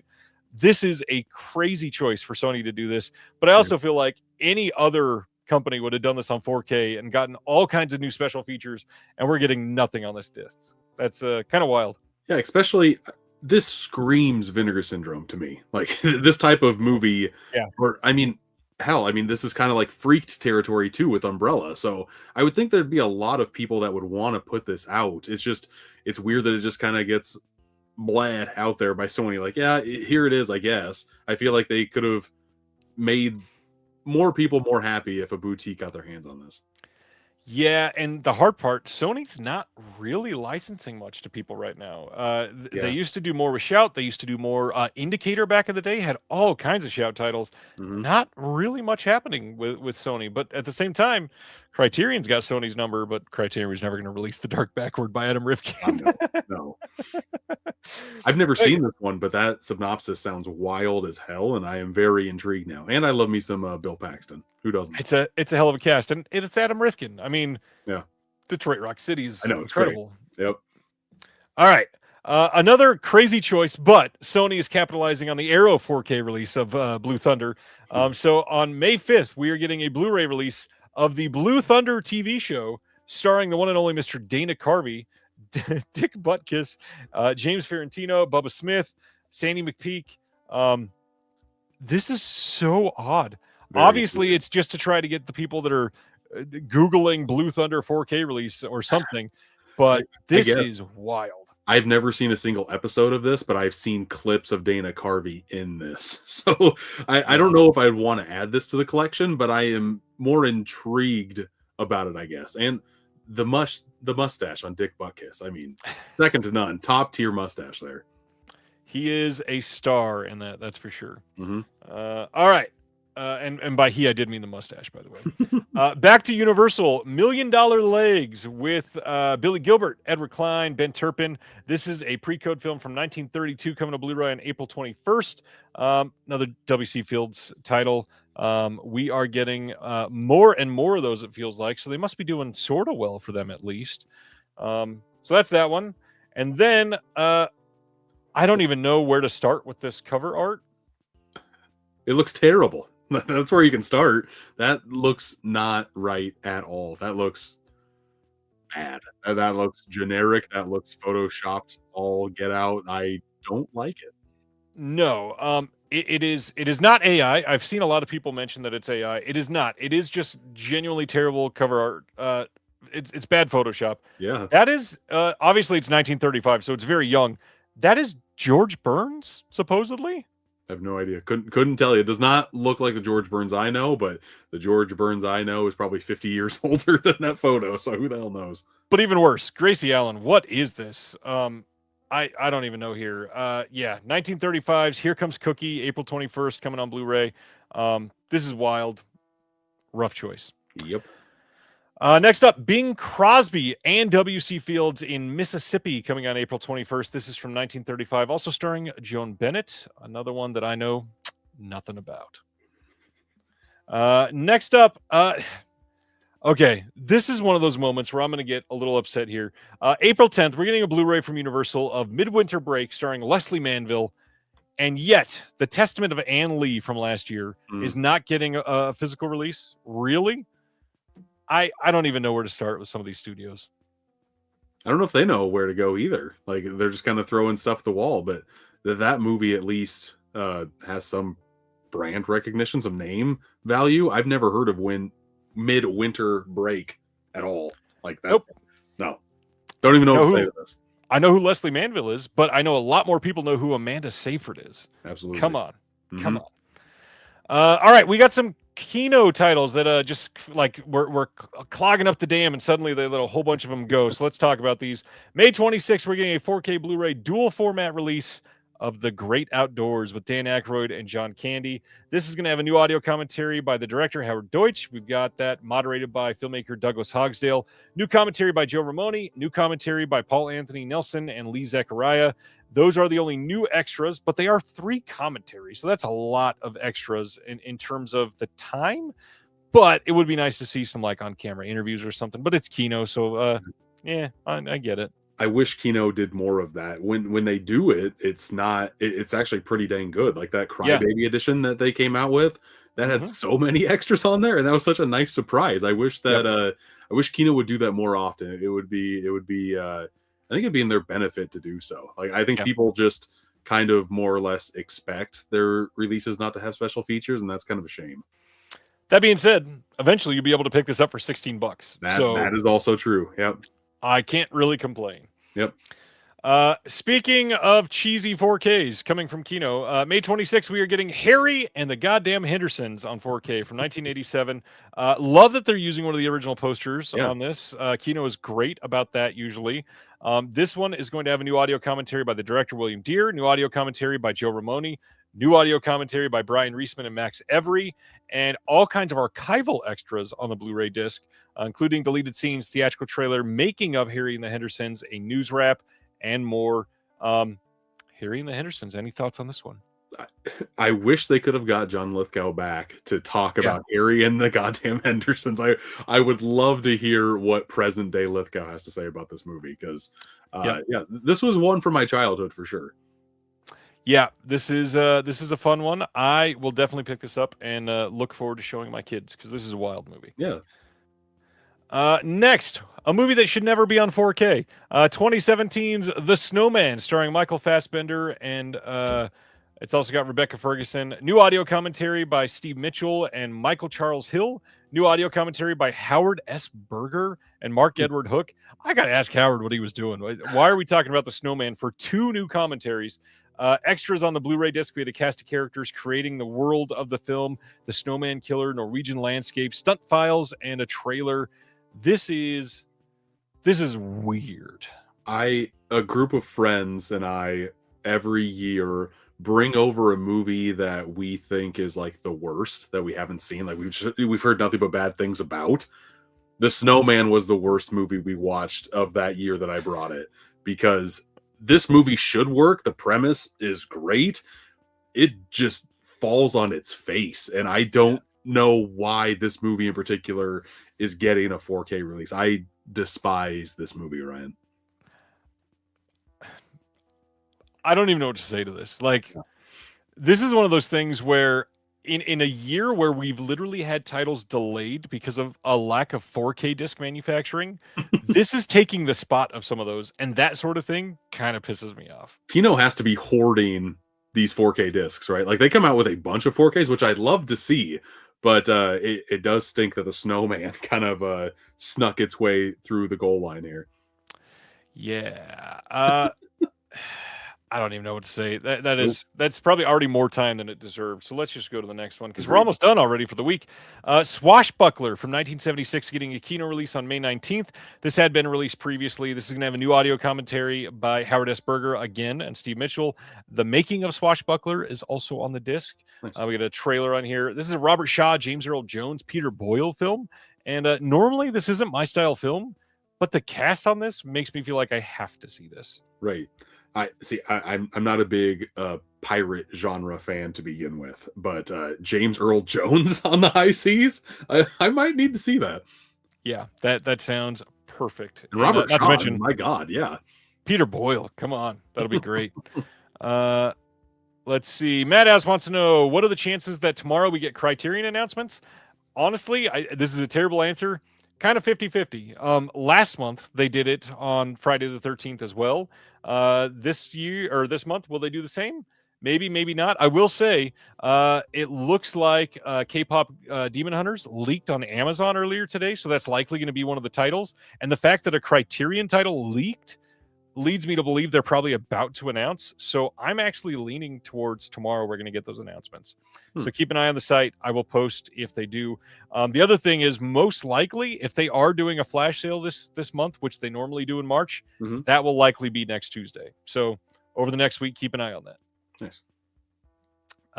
We have, I think, just a couple more. May 19th from Kino, 1932's Night World. This has 2 new audio commentaries, one by Jeremy Arnold, one by Tim Lucas.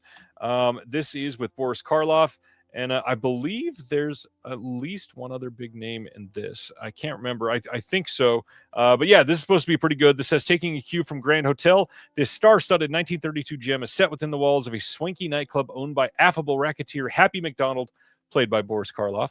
In the course of a single evening, McDonald is framed for murder by his faithless wife, and a choreographer, the philosophical doorman, fears for his beloved wife's life. An alcoholic socialite, the son of an acquitted murderess, finds love in the arms of a hard-boiled chorus girl, and a beat cop burst in to foil a pair of trigger-happy mobsters.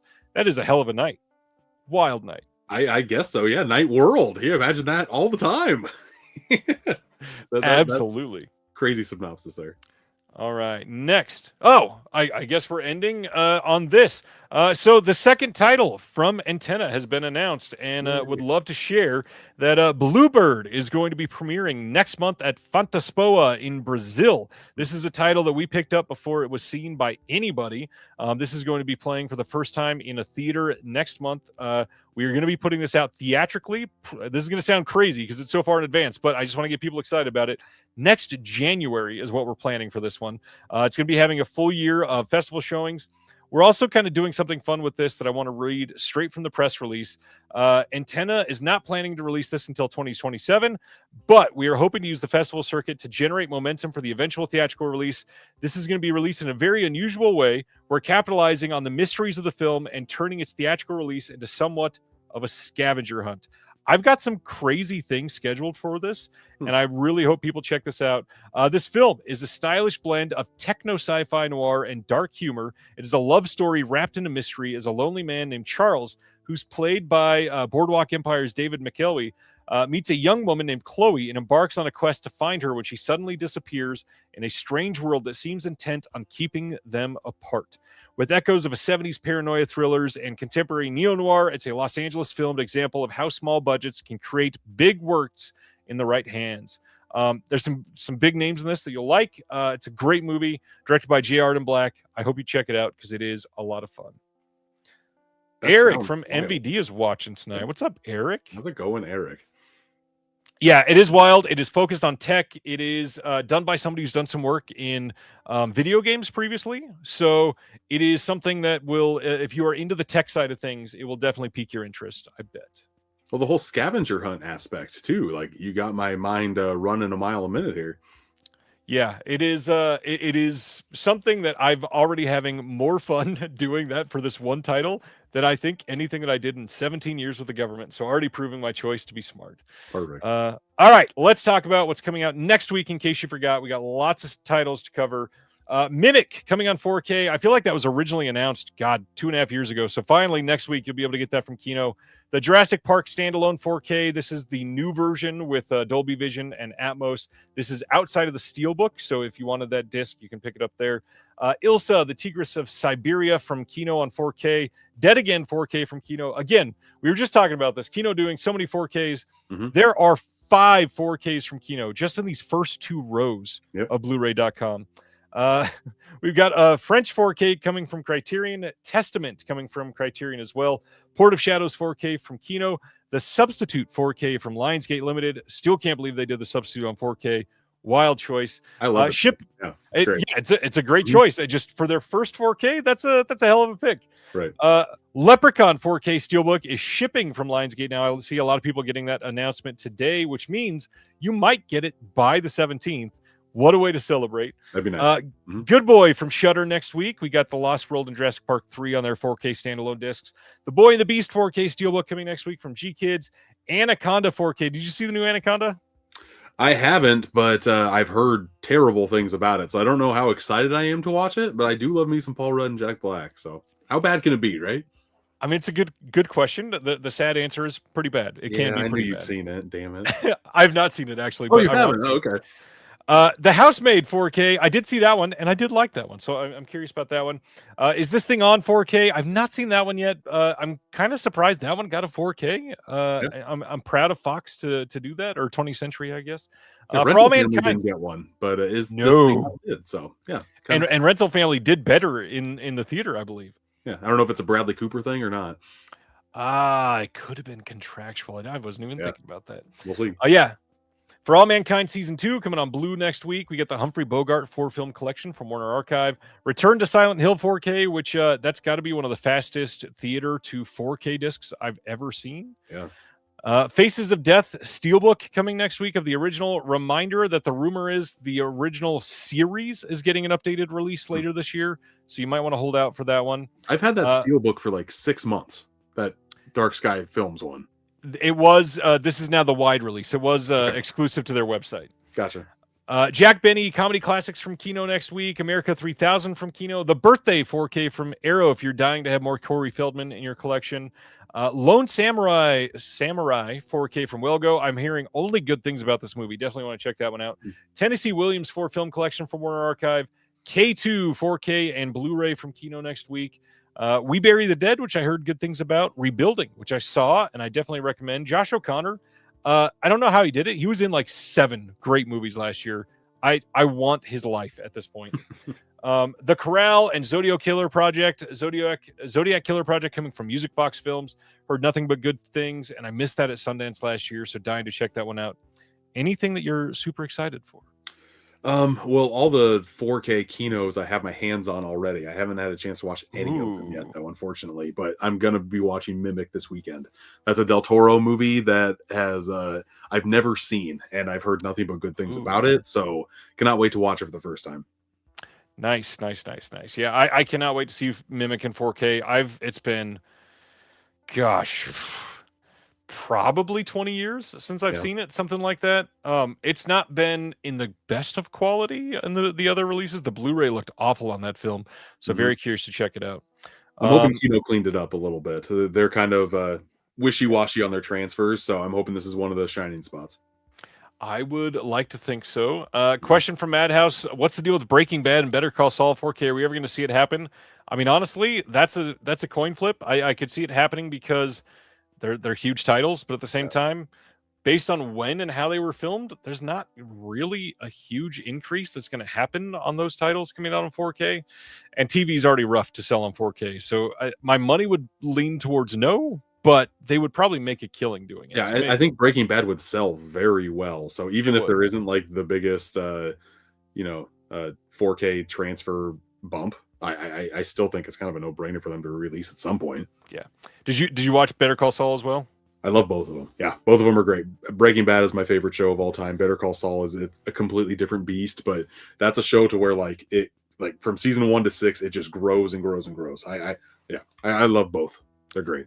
I was such a big fan of Breaking Bad and an early fan. I saw it pretty much live as it was playing for most of the seasons.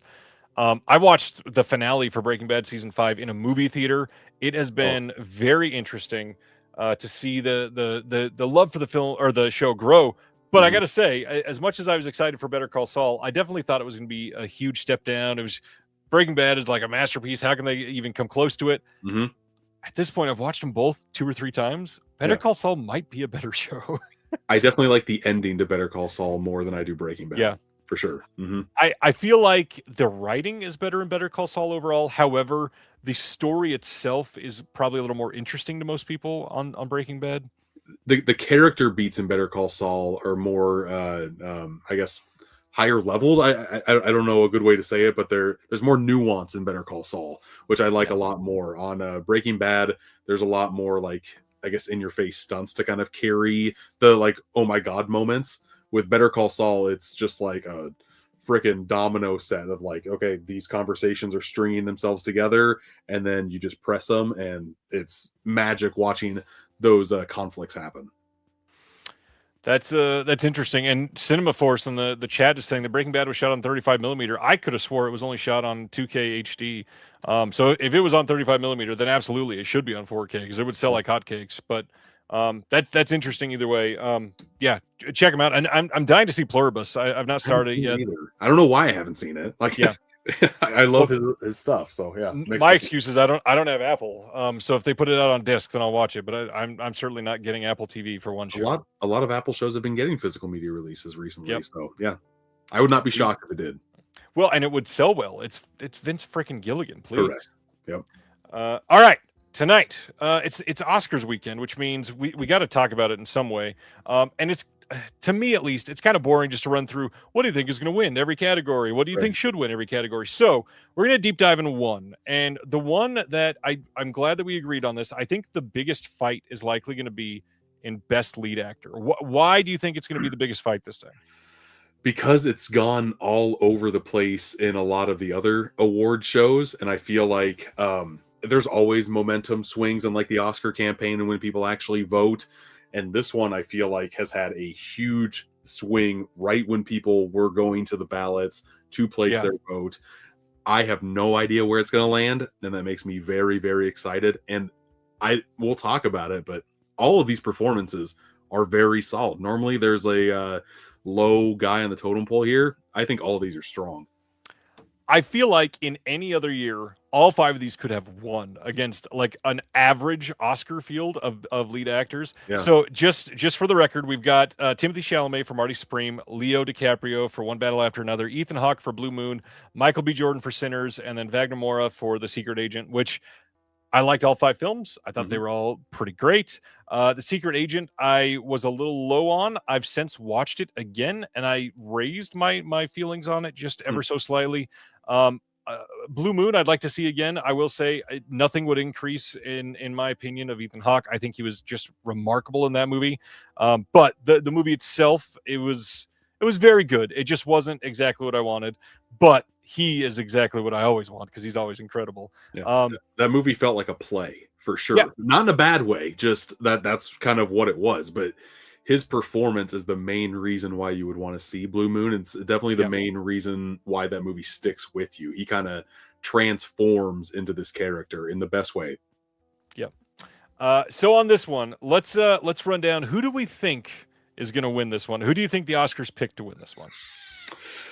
And I've been back and forth on it. My place of work has an Oscar pool, and for the longest time, I really thought it was going to be Timothy Chalamet, but with that SAG, or I guess the Actors Award that Michael B. Jordan got, and the speech that he gave, and when that award was given, that's when the votes were starting to flood in for the Oscars.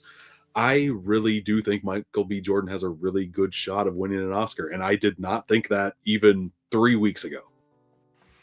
I am literally the same. I wanted to lead into it in an interesting way, but literally all the same choices of words there. What's odd is I loved Marty Supreme. I thought it was really great. Mm-hmm. It has cooled dramatically. The thoughts from everybody in like on Christmas weekend, it was, this is going to win so many different things. This is a huge movie. Everybody's loving this. It has fallen off of a damn cliff since then. Weird. It's very odd.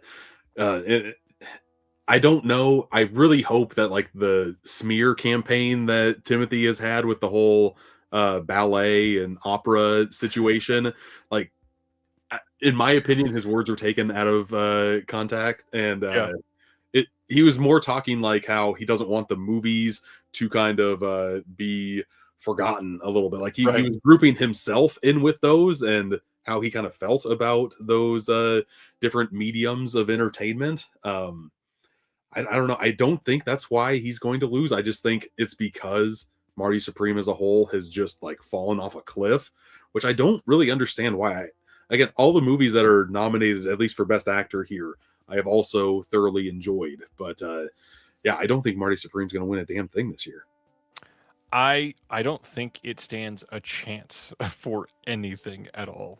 Mm-hmm. which is wild because literally 2 months ago I'd been like, yeah, I could see it winning 3 or 4 easily. But now I would be shocked if it wins 1.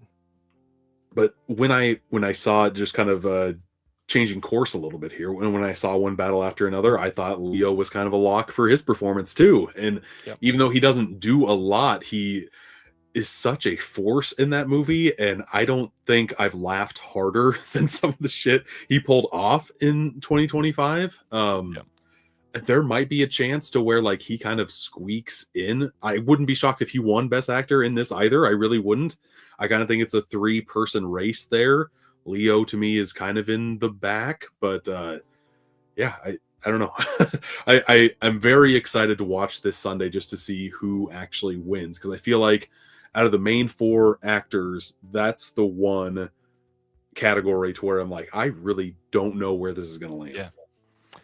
So before we get in who we want to win and maybe some optional items that if none of these were nominated, what are some other ones we would have liked to see nominated? Yeah. How do you feel about the Oscars? You watch them every year? Are you a fan? Because a lot of people are jaded about it and they just don't give a crap.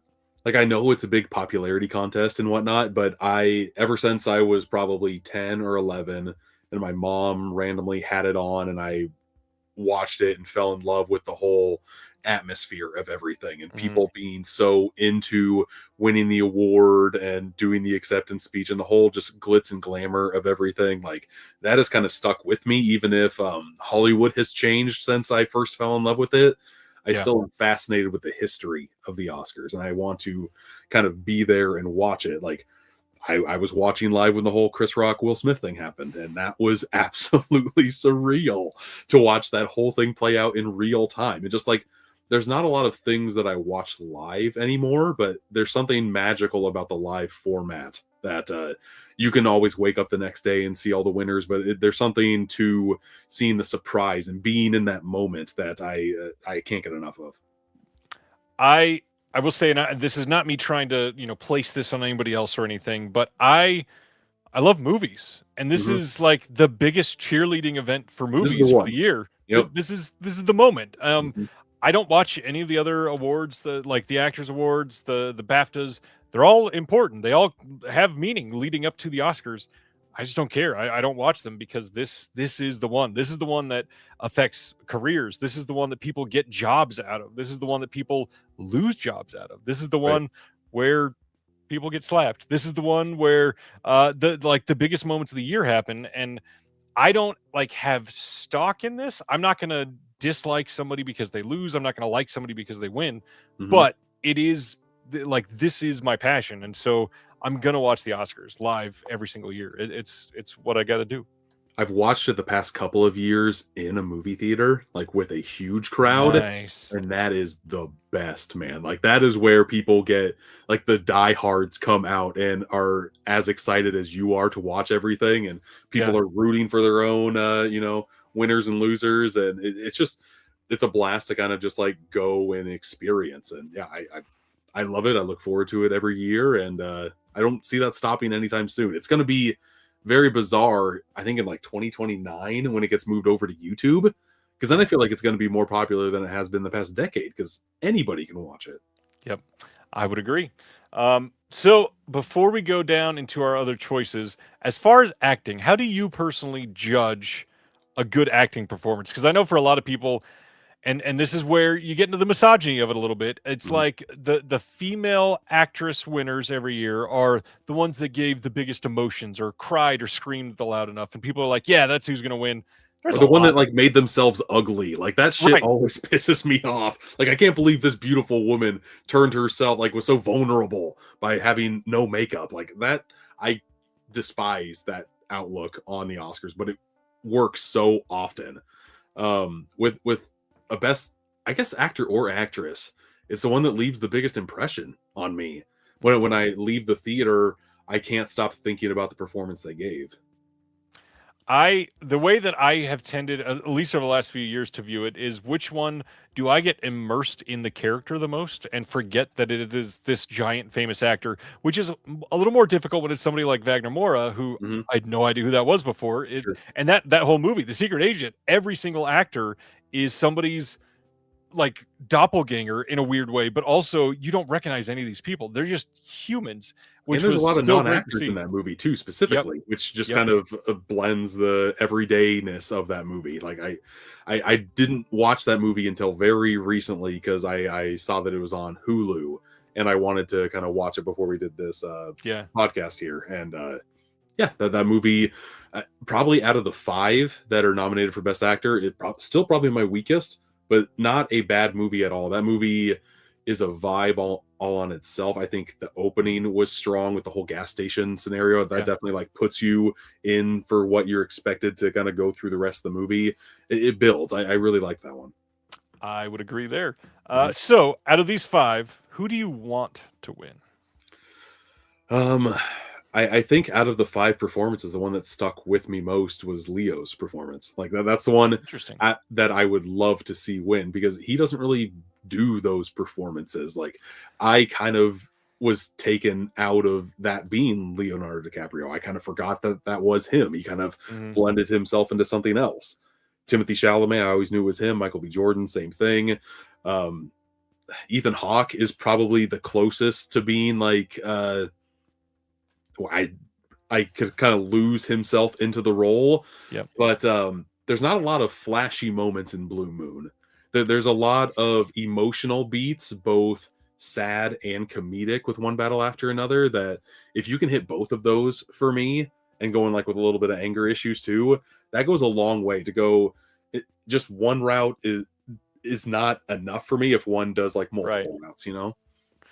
I loved Ethan Hawke, and he is probably my second place choice. Leo's great. He definitely gets lost in this role quite a bit. He's somebody Mhm. that is playing a little off type because he's quite neurotic in this movie, Yeah. of course. The Chalamet performance, it's a great performance. However, he's not even like trying that hard. My big thing here is he's a narcissistic asshole. He didn't even have to try for this role. He had to stop plucking his unibrow and be a dick, and Right. voila, he got nominated for an Oscar. Mm-hmm. I 1000% agree there. He's more playing a heightened version of what he already is, more or less. Like I think he already has wild opinions, and he's not embarrassed to kind of put himself out there. And that's kind of what Marty Supreme is in a nutshell too. He's very motivated. He will do what he needs to do in order to succeed. And Yep. Timothy Chalamet, say what you will about him, but he does not filter himself that often, man. He kind of goes for it whether you like it or not.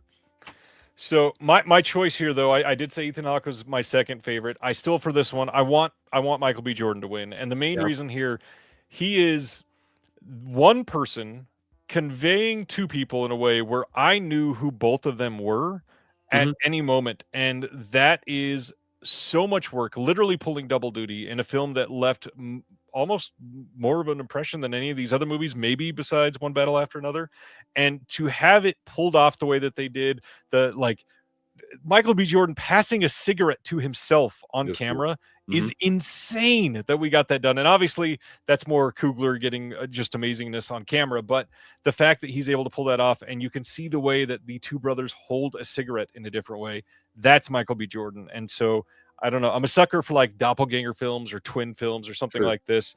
And I'll talk about another one in just a few minutes, but yeah, he is my choice. And I really, really hope he wins.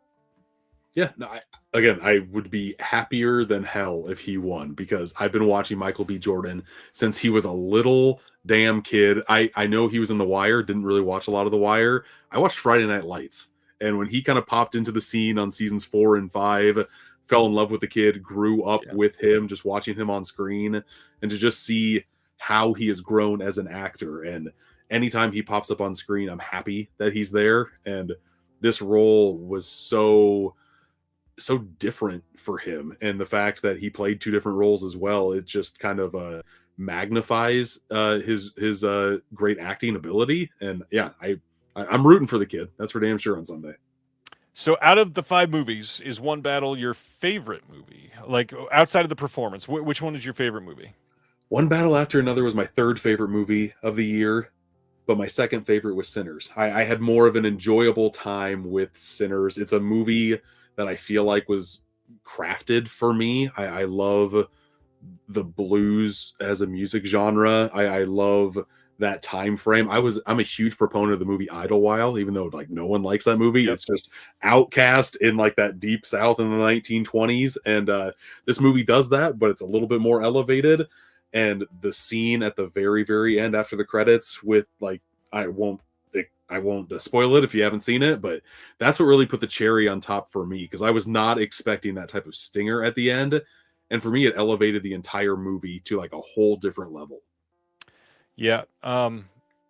Yeah, I would agree. It is my favorite of the five. I adore Sinners. I do kind of find it interesting that for years we talked about Oscar timing and how if a film didn't come out between Halloween and the end of January, it had Yeah. no chance for an Oscar. And now Sinners came out last April or May, March. and was it March? It was March. Yep. And now it's the most nominated film for an Oscar ceremony ever.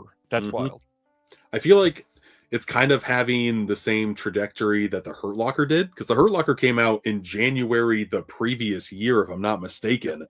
And a lot of movies came out and went, but the push was at the right place at the right time, and it just kept on going forward and forward, and it really stuck with you. It doesn't happen often, but I'm very happy that it happened with Sinners. Yeah, it's nice to see that the love came through for that one. Mhm. So we talked about our favorite performances of those five. We talked about our favorite movie. What about your just overall favorite actor in the current landscape? Who is your favorite actor? See, I'm an oddball because I don't have like big name actors that I really crave to see. I'm more of like a supporting cast Yeah. person. One that I've loved forever that does not get enough work, but when he does, I am there to watch it, is Ben Foster. I It's great. love Ben Foster, man. And it doesn't matter if he's in a tiny role or a piece of shit movie, I will be there and with bells on. I'm a huge proponent of him, and he can elevate a kind of average movie like Hostage and make it into a movie that I will rewatch again and again just because his performance is so great. Um, Newer actors, I'm even a fan of Michael Gandolfini. Like anytime he's popped up in a few movies, but he has really surprised me, whether that be Licorice Pizza or Warfare that came out last year. Like his Yep. part was very memorable to me. The Long Walk, where he got an actual like leading role, he kind of kicked it out of the park, in my opinion. He's really surprising me. Actress wise, I would probably say Emma Stone. Like anytime she's in a movie, I'm like, yeah, okay, let's go. A lot of her recent work has been Yorgos related, and I love Yorgos, but even when she's in like a random like when she was coming up with like The Hot Chick, I really liked when she popped up in that, or just Easy A. Easy A is a Superbad. masterpiece. Yeah, super bad. Like there's more movies of hers that I like because she's in it, rather than like Cruella's the only one that I can think of. Them like didn't really work for me, but yeah, still fun to see her pop up in anything. I completely get that. My supporting ones that seem to stick in my mind, at least Jesse Plemons. We're going to talk about him in a minute because Yep. I think he is the biggest snub of the year. I think that his lead performance was not only deserving, I could have argued for that to win.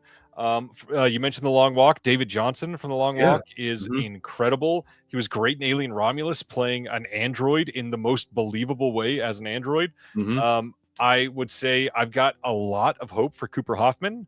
Speaking of Yeah. The Long Walk, he has done some just incredible performances. One that we've not talked about tonight, and I was going to talk about. So we'll mosey on over to other performances that I would have liked to have seen nominated because it's an answer for both. I love Dylan O'Brien. I think he is going to be somebody that leaves a lasting impression on people, and I truly think for Twinless, I think he deserved an actual look from last year. Just like we were just talking about with Michael B. Jordan, he played two roles. He played twin brothers, both very believable, both very obviously different people. Not on camera at the same time. If you watch the film, one of them dies, so that's why. But he's a just ridiculously great, charismatic performer, and just completely magnetic in everything that he does. He is incredibly dickish in Twinless, but also incredibly humble and vulnerable in Twinless in ways that a lot of people don't show in a lead role for the male side usually. And I know that we just said that's hilarious to hear about women, but for a role like this, it is a guy playing a role where he's forced to be in precarious situations that other actors, especially in the past, like far in the past, would have not even taken the role to be even remotely close to those situations. So Twinless is great. The other big one, Begonia. Jesse Plemons deserved to play, to win, to be nominated, whatever. He was on my He's list. amazing. Mhm. What else from your list? Jesse Plemons is the big one for sure. I would probably take Wagner Moura off and put him in if I had my way. Interesting. And I would put him in Best Actor. I wouldn't put him in Best Supporting. You could probably put Oh, yeah. for both, but to me, that's a 2-person movie, and for the majority of the movie, and he really blew me away. So it sucked that he did not get the nomination. But I liked Joel Edgerton too in Train Dreams. I really liked his performance. Very subtle but very powerful as well. That movie really stuck with me when I watched it. Those are probably the main two that I could see myself fitting into that 5th spot, taking one out, placing one in that I feel strongest about. I love those picks. A kind of an oddball pick for me. I've never really been a huge fan of Darren Aronofsky, and for some reason, Caught Stealing hit for me last year. Agreed. And Austin Butler was incredible in that movie. Other than like Once Upon a Time in Hollywood, I think I've still not seen any Austin Butler films. Dune And he was Part 2? Nope, not seen either of the. Really? Wow. Nope, I was just behind. I loved him in Caught Stealing. There was something about it. It was just fun and unique, and I don't know, like it's another one of those like vibe films, like Surratt. Yeah. Did you get to see Surratt? I haven't seen Surratt. So Surratt is weird. There's a lot of interesting things about Surratt, and I feel about Austin Butler's performance the way I felt about the entire film of Surratt. So there's not really a performance like that in Surratt, but yeah, Austin Butler was incredible. Yeah, Wave in here said he was in Eddington too. I forgot about that. Oh, that's right. Very small performance, but memorable. Yep. Yeah. I've not seen The Bike Riders, Reggie. I need to for sure. Very good in that too. Yeah. I've still not seen Elvis either. That's a powerhouse performance for him. He actually got nominated for that one. So yeah. No, that makes sense. But I really liked Caught Stealing. I thought that was one of the biggest surprises of last year for me, because Aronofsky is very hit or miss with me in his filmography. This one didn't really feel like an Aronofsky film either. It had such a vibe to it. Like I just vibed with that movie hardcore. Yep. Not one that ever would have been considered for an award necessarily, and it's probably not good enough to earn an Oscar, but I gotta say, Channing Tatum was kind of incredible in Roofman this year, and that movie is so much better than people have given it credit for. Yeah. Immaculately directed. It's based on a true story, so the writing is great. It is subtle performances that, I mean, Kiki in that movie is the facial acting that she gives in certain scenes are wildly great. It is such a unique story because it is real. You can feel the personal side of things coming through every single scene. Love the movie. Everybody should see Roofman. It's so good. It's on my stack of shame right now. I've got the 4K that I just have not watched yet. It's one that I'm waiting to watch with my wife, and we have different bedtimes. I don't know if that's the same in your family or not, but like my wife likes to go to bed early. I like to go to bed super late, and one of these days we will kind of meet and watch it at home for sure. I'm kind of curious. Did you see Eddington? I did see Eddington. How do you feel about Eddington? That movie was a tale of two films for me. I was really vibing with the first half of the movie, and I think that movie, besides Bo Burnham's Inside, is the best example of catching COVID and like putting it on screen in the best possible way. And then a major death happens in that movie, and it completely threw me, and I couldn't get back on board after that because it went in this entirely different avenue that I wasn't ready to. I liked the lane I was in. I don't want to go in this new lane here, and it went fully in that new lane. And yeah, I still liked it overall. I just wished that it was more of the first half of the movie than the second half. Right. Not sure if you've ever seen my Letterboxd profile, but literally, I think I'm one of only a few people that have Inside on their Letterboxd top 4. I adore that whole thing. He is God. I could do a full episode on Bo Burnham. I will be on because I love that special, and it sucks that Bo Burnham has just disappeared. Like he was Again. in Promising Young Woman, and I have not seen him since. Yeah. God, he is like a modern Renaissance man, kind of like Donald Glover, and Yeah. I hope they always do something because they need to be creating. Agreed. I need to hear his voice. That's Always. for sure. Yeah. Adam is saying, I mentioned facial acting. What is facial acting? So the big thing with Kirsten Dunst in Roofman, there's a lot of scenes where she's not speaking, but the way that she portrays emotion with like a subtle movement of her eye can change the way you feel about an entire scene. The way that she like changes the shape of her mouth just to convey losing confidence in Channing Tatum's character is wild. And a lot of actors cannot pull something like that off. And so her control and her ability to act like that, I mean, from last year, it is the best performance like that I've seen, other than Juliette Lewis, who played, gosh, I'm not remembering the name of the movie right now, but Juliette Lewis plays a chair in a movie that is coming out from Oscilloscope here soon in like 6 or 7 months, I believe. And there's a scene where she is in one shot, the camera does not move, and Juliette Lewis is in what appears to be the most uncomfortable position I've ever seen, and her body does not move for I think like 11 minutes straight. It is immaculate body control, and that is just crazy. But yeah, Kirsten Dunst is probably the closest behind her last year. By Design is the name of the cheer movie. Thanks, Ronnie. By Design is, I did not love it, but for watching a feat of acting that should not exist and is crazy, sure, go check out Juliette Lewis and By Design. It's wild. It's got me. I've never heard of that movie, and it has me intrigued to watch it just for that scene. Is that the majority of the movie? Is her as a chair? Yes. It's a weird story because she goes chair shopping with some friends, and she sees a chair and she falls in love with it and essentially wishes to be the chair. And it's a interesting movie.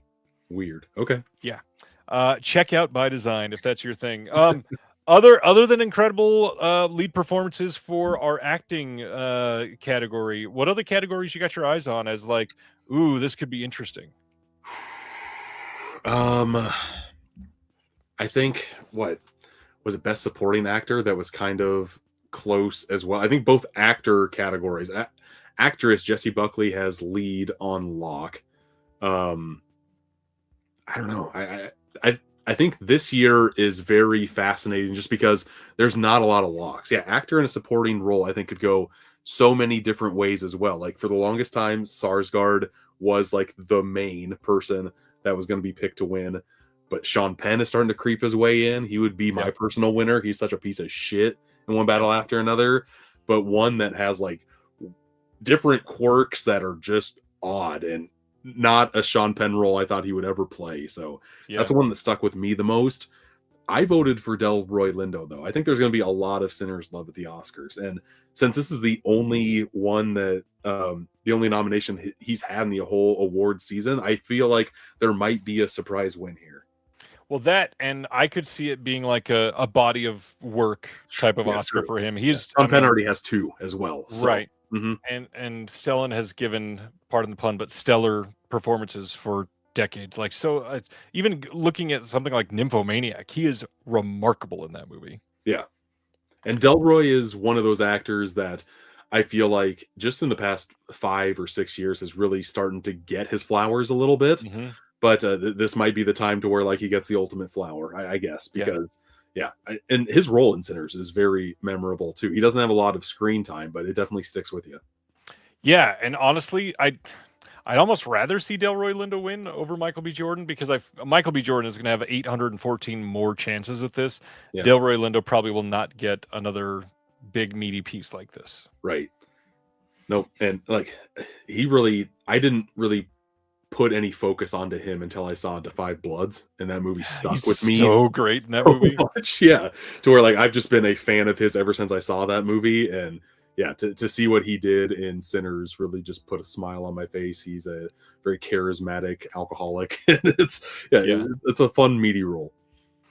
Ronnie, I agree. Ronnie says very annoying that Sentimental Value is coming to streaming after the Oscars. Yep. I'm glad that it's coming out through Criterion. I kind of wish I could have it in my hand already to watch before the ceremony again. Yep. I really enjoyed that movie. Probably third or fourth funniest scene in a movie all year is when all of the cinephiles watching Sentimental Value laughed like crazy when they saw the DVD cover of Irreversible being handed to a 9-year-old. I God, there's so much to talk about from last year. Let's make that the last question. How did you feel about 2025 as a movie year? Because obviously we get complaints from so many people about the movies suck, nothing original is happening. 2025 I felt like was amazing. I thought it was strong too. And one person that I haven't talked about that put out my favorite movie and my fifth favorite movie of last year was Soderbergh. I thought like his 1-2 punch of movies that came out in like it was either like a 1 or 2 week span with Presence and Black Bag are like some of my favorite movie watching experiences, and they couldn't be further from each other either. Like one is just a spy espionage film, the other one is just a very unique ghost storytelling, and both were very memorable in my book. So which one was your favorite from last year? Was it Black Bag? I like Presence. I really enjoyed Presence. I did not expect it to end where it did, and I thought the shtick with the camera moving in first person with the ghost perspective really fucking stuck with me. And I could not keep my eyes were glued to the screen the entire time. No distractions were even thought of. I loved the third act of Presence. Yeah. I think the whole shtick got a little long in the tooth for me, but it was still effective, and I still enjoyed it, and I thought it was great. The story itself that they leaned into finally in the third act was a lot of fun. Yeah. Maybe about 30 minutes too long in terms of the shtick. I'm the only one that I know that loves that movie as much as I do, but I think it was the only movie last year I gave a perfect rating to. I'm very harsh when it comes to my 5-star ratings, but that one I wouldn't change anything. I even liked the cutting to black and then going to a different scene, just because like who knows like what the other realm is kind of doing, and it might just be like here's a moment, just flashes in and out. I don't know. That movie's great. It really did something to me. I will say the one movie that I somehow, just like the Oscars, did not mention at all tonight, which I really wanted to, is No Other Choice. I think Lee Byung-hun was amazing in his lead role, and it's a lot of fun. And I wish it got love, but I believe the Academy hates Park Chan-wook and will never forgive him for. Yeah, I think there was a writer's strike thing, and that's why he shut out basically. I don't know. Because he can't be. Isn't it? He can't be nominated because he made a movie when the writers or actors strike was going on. Isn't that what happened? I think he could be now. They're just doing it out of spite, essentially. Whatever. I don't know. It's a petty reason, nonetheless. Yeah. Tell everybody about your stuff and where you want them to follow you most. Yeah. Steelbook Obsessed on TikTok, Instagram, Facebook, YouTube. I post a video a day. If you want to follow me on Letterboxd, it's at Steelbook. I saw that handle was available. I'm like, yep, I'm just going to grab that. That's fine with me. And I have a couple of physical media releases coming out soon. I've got, I was a producer, the main producer on The Dirties from Umbrella Entertainment. I hosted the interviews. I kind of crafted the way they were edited. I spent so much time on that sucker that I can't wait for it to get in people's hands. Matt Johnson, I've loved for a very long time. So the fact that I was able to interview the guy and get their input on what they wanted for extras, both like physical goodies. Like we have a t-shirt coming out that is like a main factor in the setting or the plot of The Dirties. And the fact that we were able to come up with like such a cool boxed release, I'm thrilled to get it in people's hands, especially if you've seen Nirvana, the band, the show, the movie, and really liked that. Dig into his first work. This is a school shooting comedy. Should not work whatsoever, and it absolutely does. And then I have some written work coming in their Monsters and Curiosities box set coming out in April from Umbrella. Well, you've spent a lot of time talking about that one, but not enough tonight. Tell everybody why that box set is so special. It's a big one. It's a big beefy box set with a whole bunch. Like the most known movie in that box set is The Bride of Frankenstein, probably, which has been released ad nauseum. But there are a lot of movies in there that have never received a proper Blu-ray release, which is very cool to see. I have a written piece based on the movie The Leech Woman, which is very late in like the monster run. It released in 65, I believe, but that movie is kind of about hiding your age and trying to be beautiful on the outside for as long as possible. So me and Aaron Colt of Cinema, on a whole bunch of different platforms, we had a discussion on aging in cinema and like the horrors, how it's kind of being portrayed in the horror genre. And I think we had a damn good conversation. It was supposed to be a special feature on the disc, and Universal stepped in at like the 23rd hour and said, actually, you got to pay us for a lot of this licensing that you've utilized. Even though you're talking about the movie and you have the movie on the disc, you got to pay us again if you want to use it on the special feature, which always sucks when that happens. And it really gutted a lot of people on the team, but you just kind of got to pivot when you can. I think what we turned that into a written piece works. Still hoping I can get that special feature out just on my YouTube page at some point, because we had a great conversation about just aging in cinema. But the box set as a whole, I think, is such a cool piece. It's a huge box set, 20, 25, 26 films. There's a lot of content in that box, and the booklet that's included has over 100 pages, hardbound book. If you're a fan of those like Universal monster B type movies, I don't think you're going to be disappointed in the set. It is one of those situations where I see so many people, and I think I did as well, because we had not gotten the word on it yet. But when they first announced that box set, it was like, oh man, this is great. We're getting all these titles.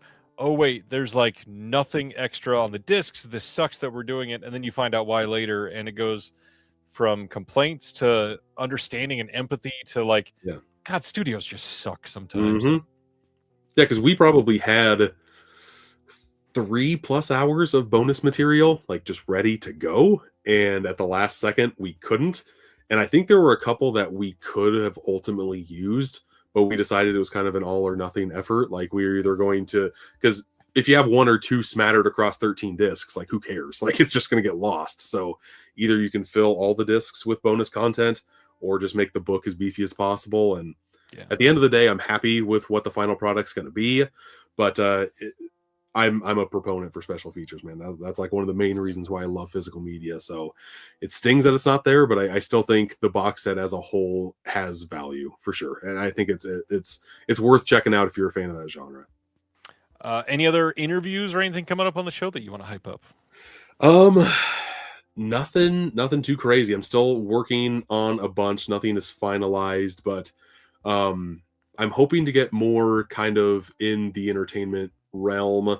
Working on scheduling at the moment, so nothing to announce yet. All right, everybody go follow Steelbook Obsessed. All the links are in the description below. Jake, thanks for doing this finally. Absolutely. No, it was a blast. I feel like I had nothing to say for 2/3 of the new announcements, because it was all just older films and foreign films, not my forte. But yeah, it was fun to be on here nonetheless. I will be honest, I think this may be the most eclectic week of releases we've ever had. Literally, the titles that were announced this week, I mean, from Radiance, from Universal pre-code stuff to random Kino, like we went from 1932 W.C. Fields to Harry and the Hendersons. Yeah, I had something to say about Harry. That's about it. That's all you got from me. Well, on that note, thanks everybody for hanging out. Next week, I will be back as usual, of course, because I'm always here, other than last week. Let's not talk about that. We'll see you next time. Have a good week and stay safe. See y'all. Thank you for watching The Disconnected. On the way out, make sure that you are subscribed to the channel, that you've liked the video, and that you've copied the link to be able to share with someone else that may appreciate this.